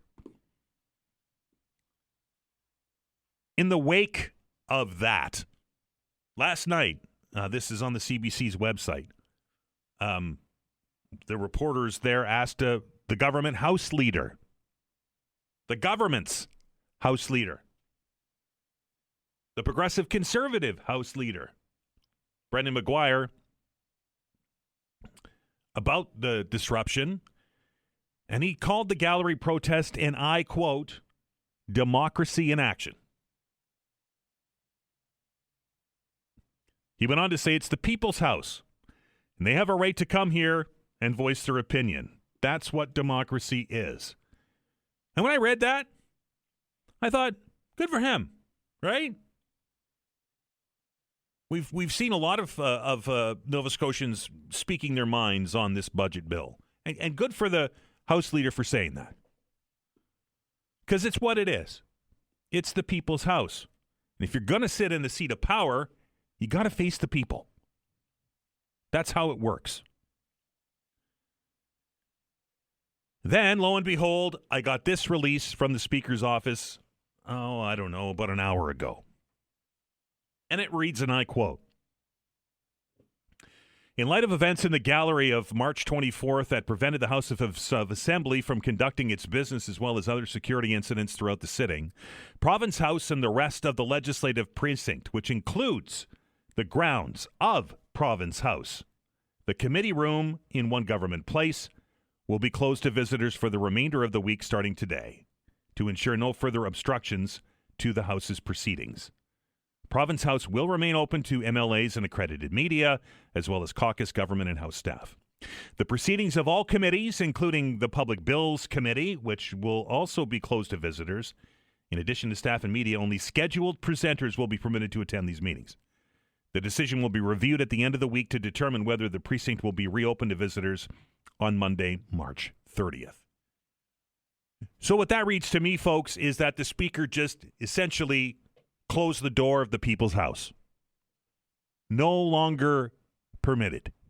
You're no longer welcome at the provincial legislature. Now, I know how that makes me feel. I wonder how that makes you feel. 902-405-6000, 1-877-801-8255. This government has done a lot of things to upset Nova Scotians, but this should be right at the top of the list. You're banned from your provincial legislature. Persona non grata at the People's House. Back after the news.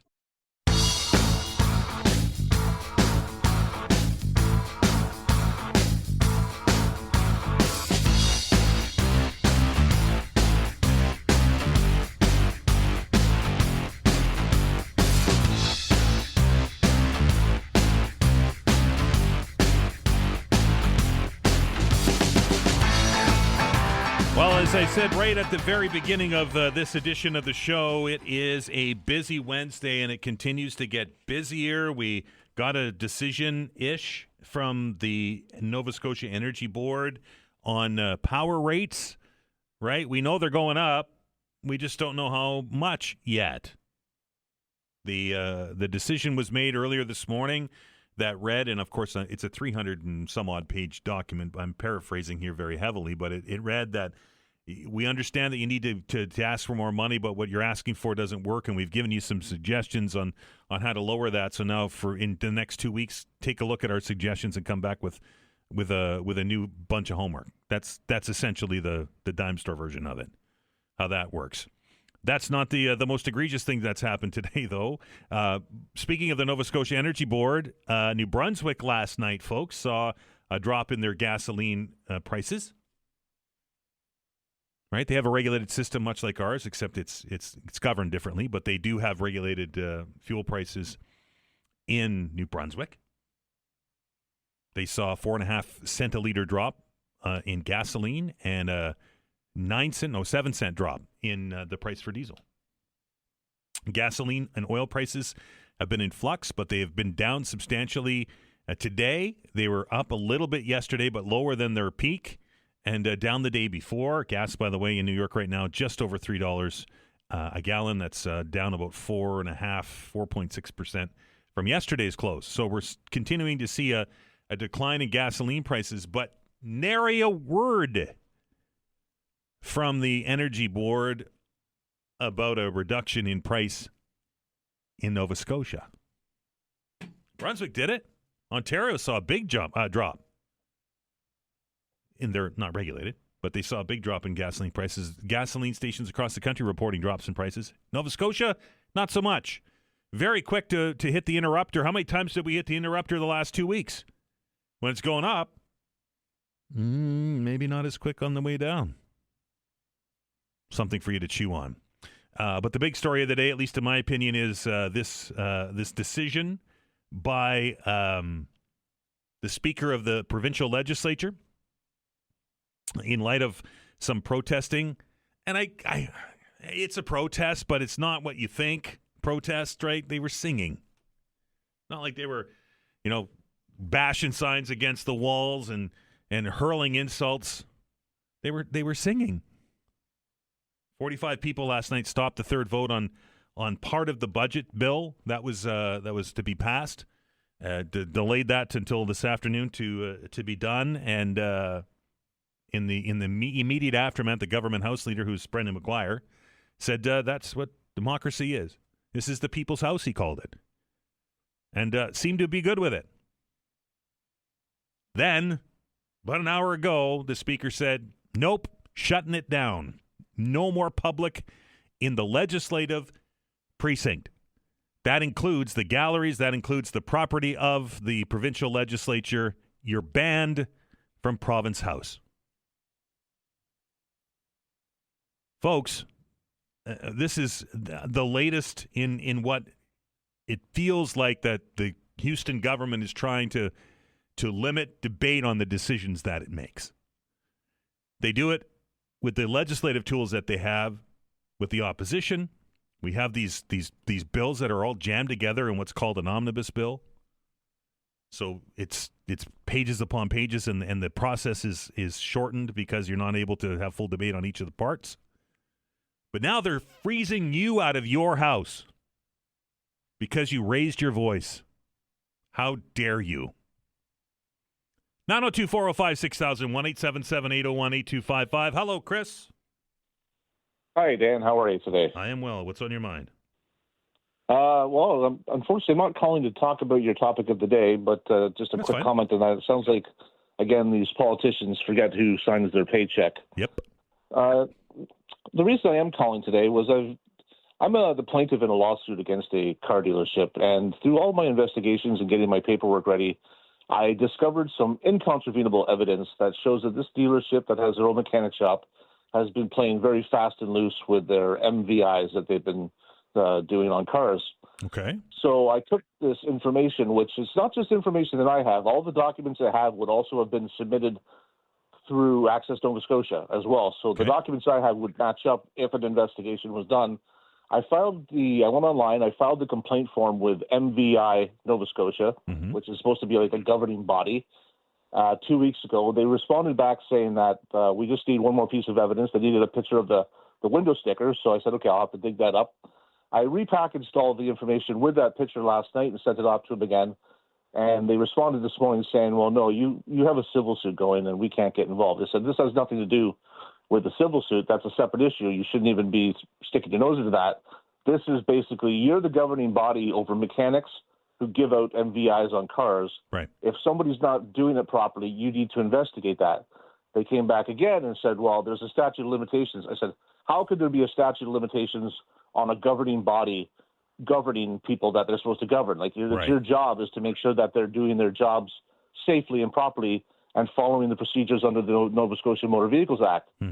And they basically have just ghosted me at that. So I promised them through a follow-up email that my first stop today would be the Todd Veinotte show to let the taxpayers know that MVI Nova Scotia is just – I envision that there's a person in a desk in an office who is really getting a nice salary and doesn't want to go outside. That's my hypothesis of it. But I said, my second stop will be the Premier's office, or at least by phone, or the Justice Department. But I'm not going to let this go. But I wanted to let other taxpayers know that, MVI at Nova Scotia doesn't care that fraud's taking place.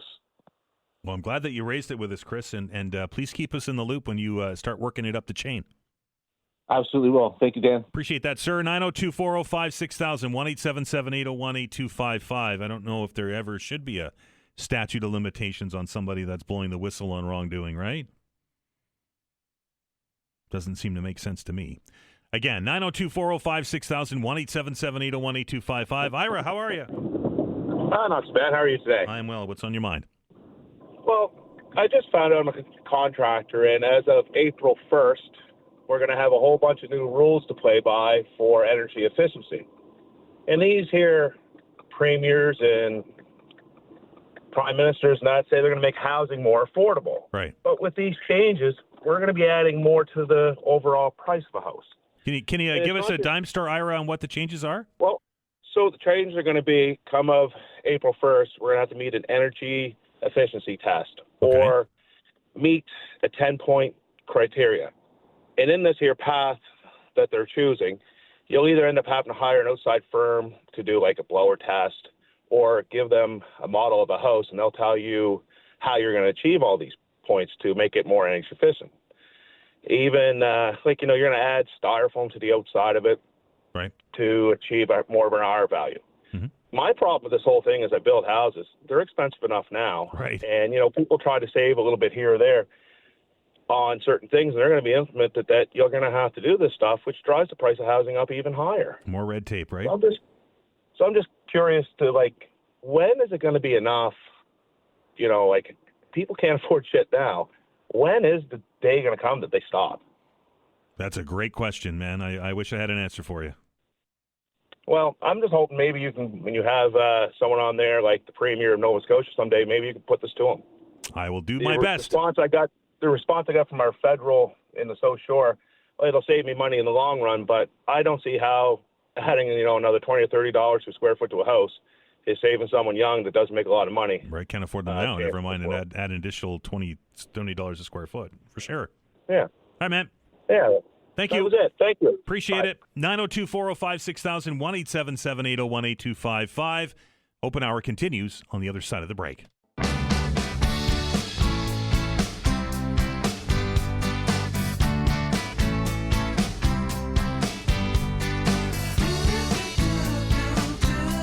Normally, in the 4-year term, 4.5-year term of a provincial government, or really any elected body, if you get one, maybe two jaw-dropping moments, that's quite a contentious session.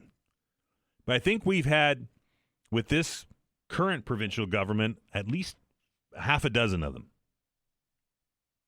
Right? It was not that long ago that we saw it was a jaw-dropper for another reason, but we saw the Premier apologize for stuff that they put in the budget. Jaw-dropper. And then today, because of a protest last night at the legislature during a vote on part of the budget bill, they've essentially banned everybody from Province House. I say again, jaw-dropper. 902-405-6000, 1-877-801-8255. Gino writes, Dan, the people got the razor voice singing and interrupted proceedings. They had their chance. They had their day in government, but you can't have 45 people overruling 1 million people in the province. So Gino agrees with this. So I don't like what you're... See, and now, Gino, and I appreciate it, my friend, I do, but I vehemently disagree with you. The House has procedures for removing people that are deemed to be out of order in the gallery. It happens more often than you think. Happens at the House of Commons. It happens here at the provincial legislature. They are removed. They could have removed those people from the gallery, and then went on with their vote, and everything would have been tickety-boo. Or do what they did: shut down the proceedings. Come back today, finish the vote, off we go. But they've taken it 10 steps farther. Not only did they issue trespass notices against the 45 people that were involved in this, not did they say, look, we're gonna clamp down on this. If you got an order, we're gonna have people or security or police at the outset. And if you make noise or you disrupt proceedings, we're going to have you removed. They could have done that. Well, that's already what they do. What did they do this time? They shut the whole place down to the public. The whole place. The legislature, the galleries, the public hearings. Done until the end of the month, or end of the week. No, end of the month, I think it is. Well, which is the end of the week, Dan. It's egregious. It's your house, folks. We pay their salaries. They make decisions. They got to face those decisions. And if we don't like the decisions that they make and we raise our voices, they just say, nope, closing the door. Is that democracy to you? Because it doesn't feel like it is to me. 902-405-6000, 1-877-801-8255. Hello, Gloria. Hi, Dan. How are you? I'm good. What's on your mind? Dan, you've been around long enough. You know that there are rules for everything. There is. The rules for the gallery are very clear. They are. No demonstrations, protests, cheering, singing, whistling, booing, or applauding is forbidden. Visitors cannot show approval or disapproval. Correct. Very clear what the consequences are. Failure can result in removal from the gallery by the sergeant-at-arms, temporary ban from the buildings, right, or more severe actions. So it's all very clear when you go in there. You know what you're allowed to do and what you're not allowed to do. Correct. And if we throw away all the rules, Dan, what kind of a society are we going to have? But Gloria, is it in the spirit of those rules because of those I think it was 45 people last night, that we completely shut the province house down to any public participation? Can result in the removal or temporary bans from the building. Yeah, of the people that are perpetrating it. But I wasn't singing last night. How come I can't go in that building? Yeah, but how do you know who's going to sing and who isn't going to sing? Well, yeah, but I mean, Gloria, you come know, on. I mean, I'm all for people being able to express their feelings and a democratic society, but I'm also in favor of rules and regulations. And when you break the rules, then you suffer the consequences. You know, those people, how bright are they that they thought they could go in there singing and disrupt the whole thing? Who do they think they are? Well, that's my take on it, Dan.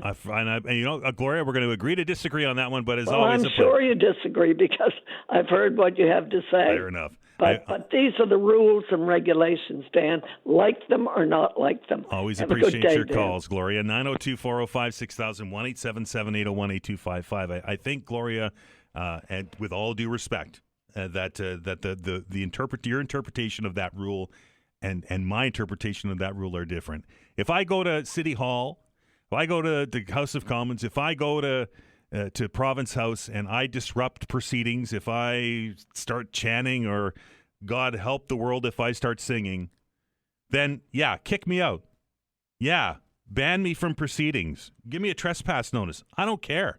But that doesn't mean that Vanessa or Mark or Gino or you, Gloria, shouldn't be able to go and participate in democracy because I made that call. It's wrong. It's absolutely wrong. 902-405-6000, 1-877-801-8255. Hello, Peter. Hi, Dan. I agree with you on this one, and I'd like to make a quick short point. Sure. That Tim Houston only got 23.7% of the available vote in the last election. We had the lowest voter turnout in the province's history, down 10%. And so less than 1 in 4 people in Nova Scotia who could have voted for the current premier. And you got to remember that here's a guy already involved in multiple charter violation cases, judicial reviews, multiple for charter violations. And so people have to understand when he says that he has a supermajority, less than 1 in 4 people in Nova Scotia allowed Tim Houston to go into office. That's a point, Peter. I appreciate it. All right, thanks, buddy. Bye. Take care. 902-405-6000, 1-877-801-8255. Mark writes, and this is according to AI, so I'll put that caveat on it, that the province can only temporarily ban citizens from Province House. It cannot be a total ban, just certain areas. Politicians need to remember who they work for. Disruptions are annoying, but suck it up and move on. That comes to us from Mark, and it isn't a complete ban, Mark. There is an end date on this. I'm just digging up the release now so that we get the information out. It is to be reviewed on Monday, on the 30th of March. So it's a temporary ban for the next 3 or 4 days, which I will suggest will be the end of the session. But that's just my guess. 902-405-6000, 1-877-801-8255. You cannot go to the provincial legislature today. The politicians are done listening to your protests. Is this fair ball or an affront to democracy? Your thoughts. Looking forward to your calls after the news. All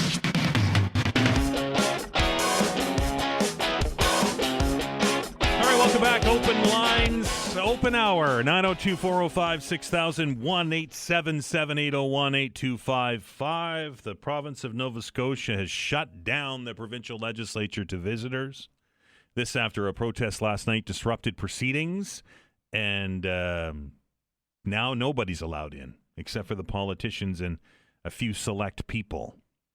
The people not allowed into their own house. Is this fair ball or an affront to democracy? 902-405-6000, 1-877-801-8255. Hello, Jamie. Hi, how you doing? I am well. What's on your mind?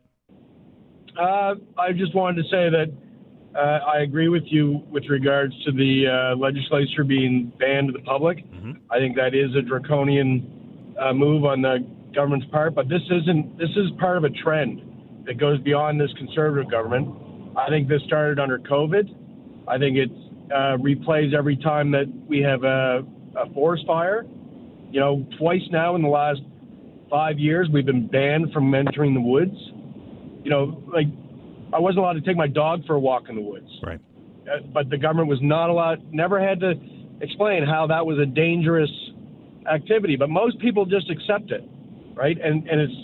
But if you accept it there, then you're going to accept it here, and you're going to accept that we can't cross county lines during COVID. Things like that. And it frustrates me, and I'm not anti-vaxxer, by the way. I took a whole whack of them. But I was always frustrated that after we took vaccines, they still left everybody locked down. But everyone kept saying, oh, they know best. But it's just like, I don't know. I feel like this is a trend, and the more we allow them to get away with it, the more they're going to do it. And so I think it's time people start pushing back. Thanks, Matthew. Appreciate it. 902-405-6000, 1-877-801-8255. David writes in the email bag, says, Dan, people are getting tired of you constantly going to bat for the Liberals and the NDP and painting the government as the devil. It's not my job, apparently. Your station used to be fair, even with an avowed left talk show host. How the hell is government going to get the business of the people done? They have a majority given to them by the people. For those who didn't bother to vote, tough luck. They had their chance to have some other government elected. You know as well as anyone that another group of NDP supporters would show up today to sing or otherwise disrupt things, and every day until the session ends.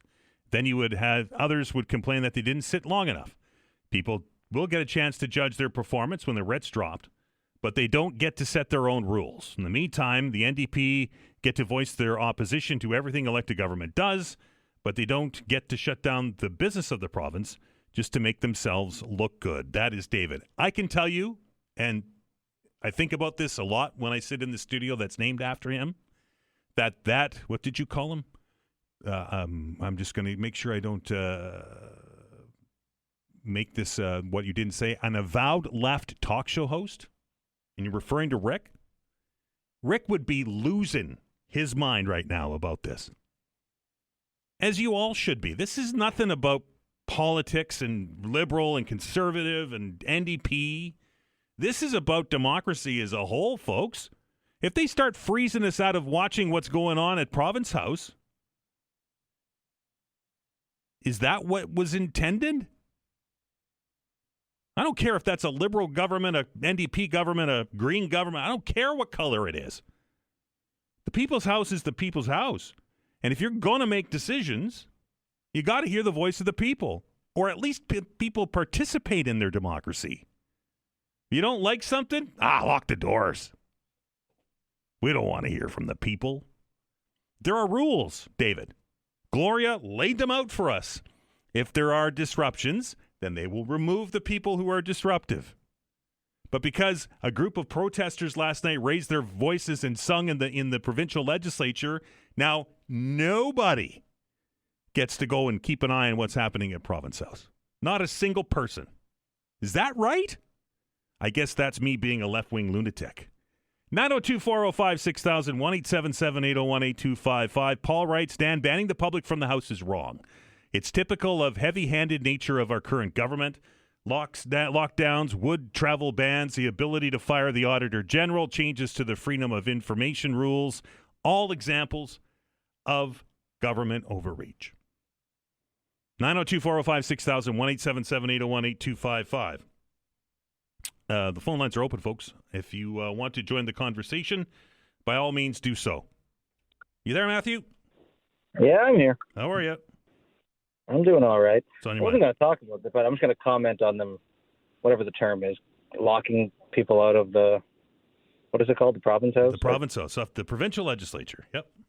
Yeah, I think they're opening their door to some kind of lawsuit there. I don't think that they should be allowed, and I'm a conservative, as you'll find. I don't think that's right. It's not right. Anyway, what's on your mind? So this budget, it's two things. I don't know where to start. So I don't remember the metric, but there was a percentage you mentioned 2 weeks ago or last week about how many jobs are government. Yeah, it's called. It was a study done by the Fraser Institute. I have it right here, just so I don't say the wrong thing. It's the size of government, and the way they measure that is the amount of government spending in relation to gross domestic product. Okay, I meant how many jobs are government. Like that's part of it. It was like 30. Yeah. Yeah, I think it was like 30 or 40. I don't remember. It was a lot. It was a high percentage of jobs in Nova Scotia are government. Like, yep. Way too many. So my question is, these individuals who are losing their jobs because of the lack of funding in the arts, and there was some in nursing, I believe, or do those count? Because if these jobs only exist because of government funding, isn't that kind of a government job? Well, it is, right? And some will suggest that a lot, because this is not just the provincial government; it's all levels of government that are in this study, right? And the feds are included in that, and Navy jobs are also included in that, and there's a big Navy component here. The number, by the way, I just found it is 26.6% of employment in Nova Scotia is government related. So, are these jobs that are being impacted? They probably don't fall under that because on paper they're not employed by the government, but they're being paid by government funding. Correct? You've got me there, Matthew. I don't know if that's how they calculate it or not. Okay. And I'm wondering how many jobs that aren't considered government are actually government because the funding is coming from... Right. They're doing contracts, government contracts, and they're consultants and those kind of things. I understand where you're coming from. Yeah. Yeah, and especially the protesters, which I actually am pro-protesting peacefully. I don't know why they can't work when there's people singing. It's probably annoying, but they should be tough enough to handle a conversation with people. Isn't that what it's an open room for? That's why it's the public. That's why it's the people's house. That's why they call it that, right? Because there's no glass, right? There's no partition. No, or anything. there's a bunch of benches that are above it that people sit in. Yeah. Yeah. I was just wondering if. Anyway, I don't agree with closing it, and I don't know how they can actually do that. Has it happened before that you're aware of? Once before, it was in. I have to go back and look, but it was like in the 90s, I do believe that they closed it once before because of protesting. But other than that, that's the only thing that we've been able to find. All right. Thank you, sir. Bye. 902-405-6000, 1-877-801-8255. That is the number. If you want to join the conversation, by all means do so. 902-405-6000, 1-877-801-8255. We talked about the police sting yesterday. Do you remember the police sting? The RCMP standing, as I understand it, now Councillor Gillis corrected us. I listened to the tape. I was on the news today, and the RCMP officer made it sound like they were walking in traffic, but Councillor Gillis said that wasn't the case. They were, in fact, on the sidewalk standing at a bus stop with a sign. That being said, this email comes to us from Sean. It says, "Good morning. I woke in the early hours with a heavy sense of concern that I felt compelled to express. Learning about police operating undercover as panhandlers is deeply unsettling, especially in a time when public trust is already fragile. Not long ago, we witnessed the devastating consequences of someone impersonating a police officer, an event that remains vivid in the public's memory and continues to shape how safety and authority are perceived. In a world where deception is becoming increasingly sophisticated through AI, fraud, and misinformation, and our collective ability to discern what is real and being tested daily, trust is no longer given. It's something people are actively trying to hold on to. This is precisely why it feels so important that those entrusted to protect and serve to do so with clarity and integrity, not ways that could blur the very lines the public depends on for safety. This approach is quite simply and deeply disturbing, and that comes to us from Shauna. 902-405-6000, 1-877-801-8255. The open hour continues right after this break.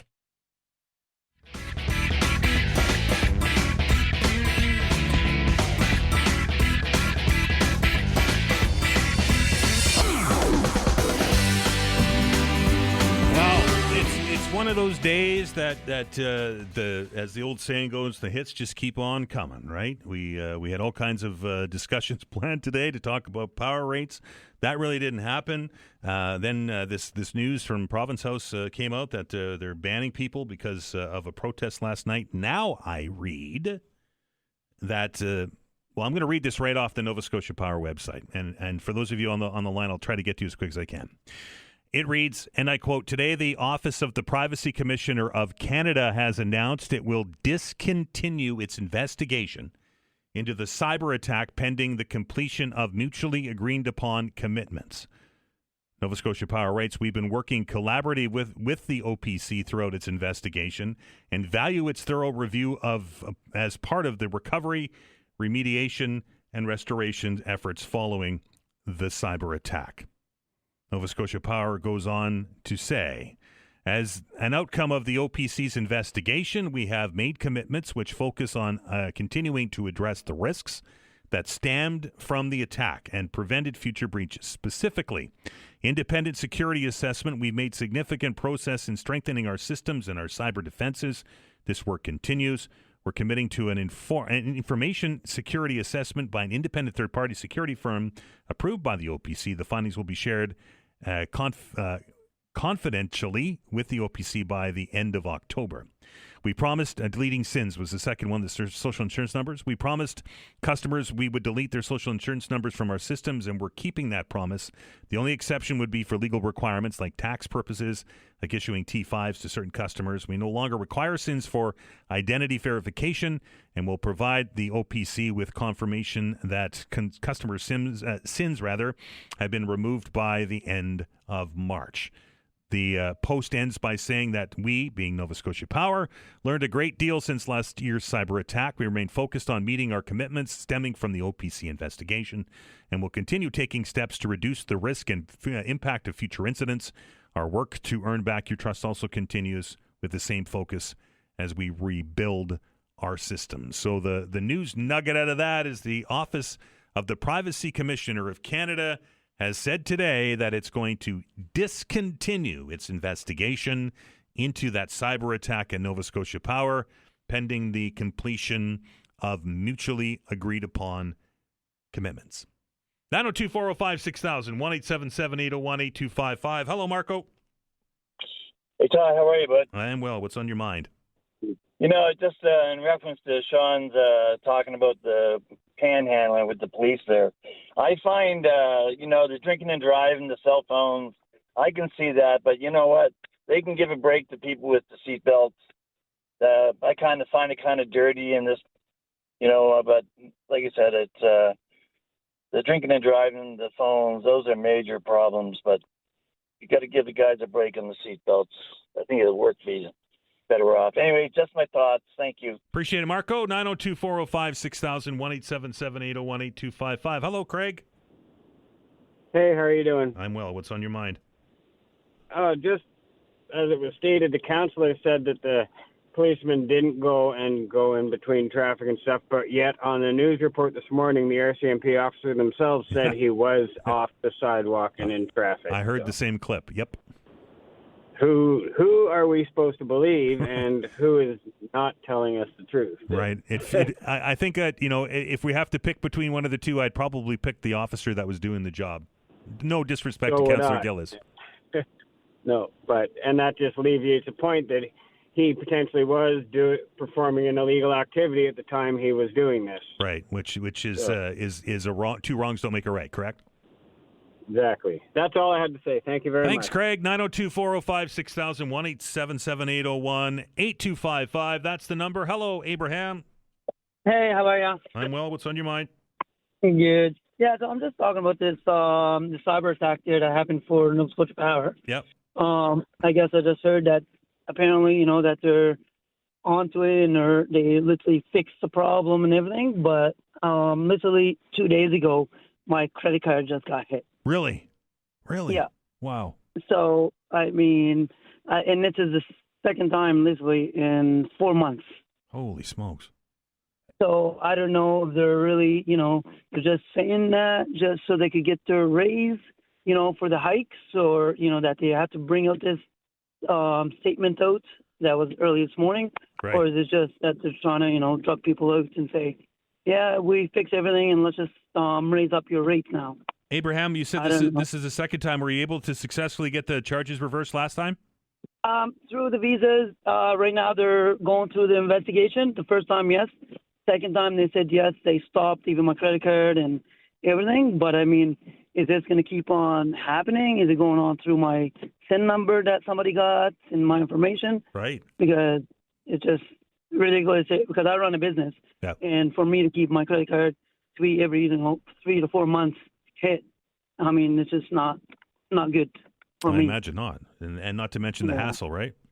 And the hassle, you got to change all the, the bill that goes direct bill departments from other places.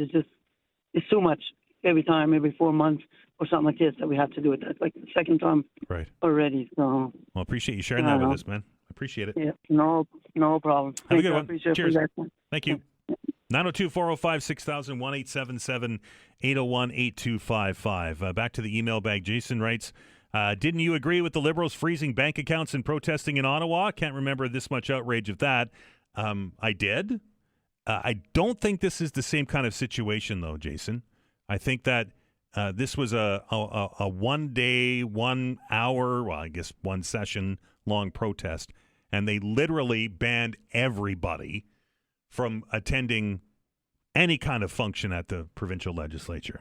The freedom protest in Ottawa was more than a day long, and it essentially shut down the economy of that part of Ottawa for an extended period of time.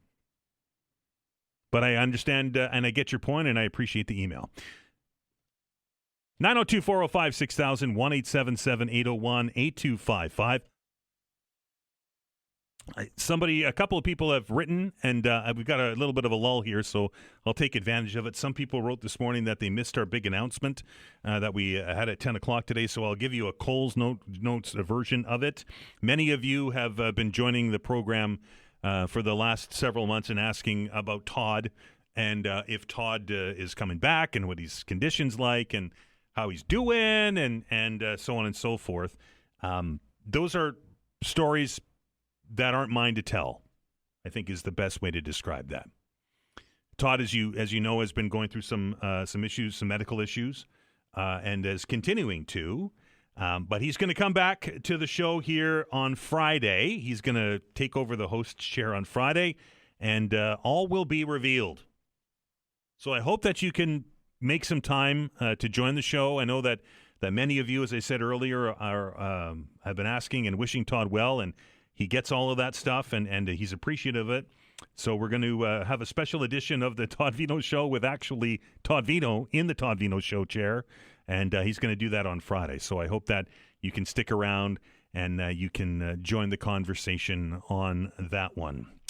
We are going to watch. There's an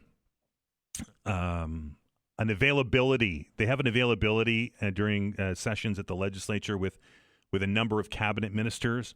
That's going to happen at 3 o'clock today, folks, and I will suggest that those cabinet ministers will be facing questions about this decision by the Office of the Speaker to to ban people from the provincial legislature because of some of the pushback that Nova Scotians have been voicing with regards to the budget. So make sure you tune into the radio station here, 95.7 News Radio, for the afternoon news. They'll have that when it becomes available, and we will certainly talk about it tomorrow. Tomorrow is the Thursday edition of the program. It's the last Thursday of the month.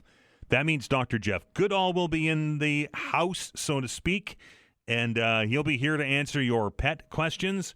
So I hope that you can join that conversation. It's always a lot of fun, and I will say it's in a very popular edition of the program. So I suggest that you get your calls in early tomorrow. Also, we're going to focus on this bit of information that we got. I don't think it's any more than that, from the Energy Board with regards to energy rates, and plus the impact of that vote that's coming up on the 31st on property taxes, with the executive director of the rental housing providers of Nova Scotia, Kevin Russell, will be here. What does that mean? There's a petition to stop this all from happening. Is it going to work? We'll find out. My thanks to Vanessa Vandenez on the other side of the glass. I'll tell you, folks, she is a saint. She has to deal with me every day. You get the good. You get the good version of Dan. Vanessa gets all versions of Dan, and she handles me. Can't do it without her. Thanks to all of our guests who join the program and impart their knowledge. I learn something every day. Thank you to you for dialing the numbers and joining the show. And our thanks to HRM Mayor Andy Fillmore for spending an hour with us here on the show. Have a great day, everybody. Be well. Be kind to one another.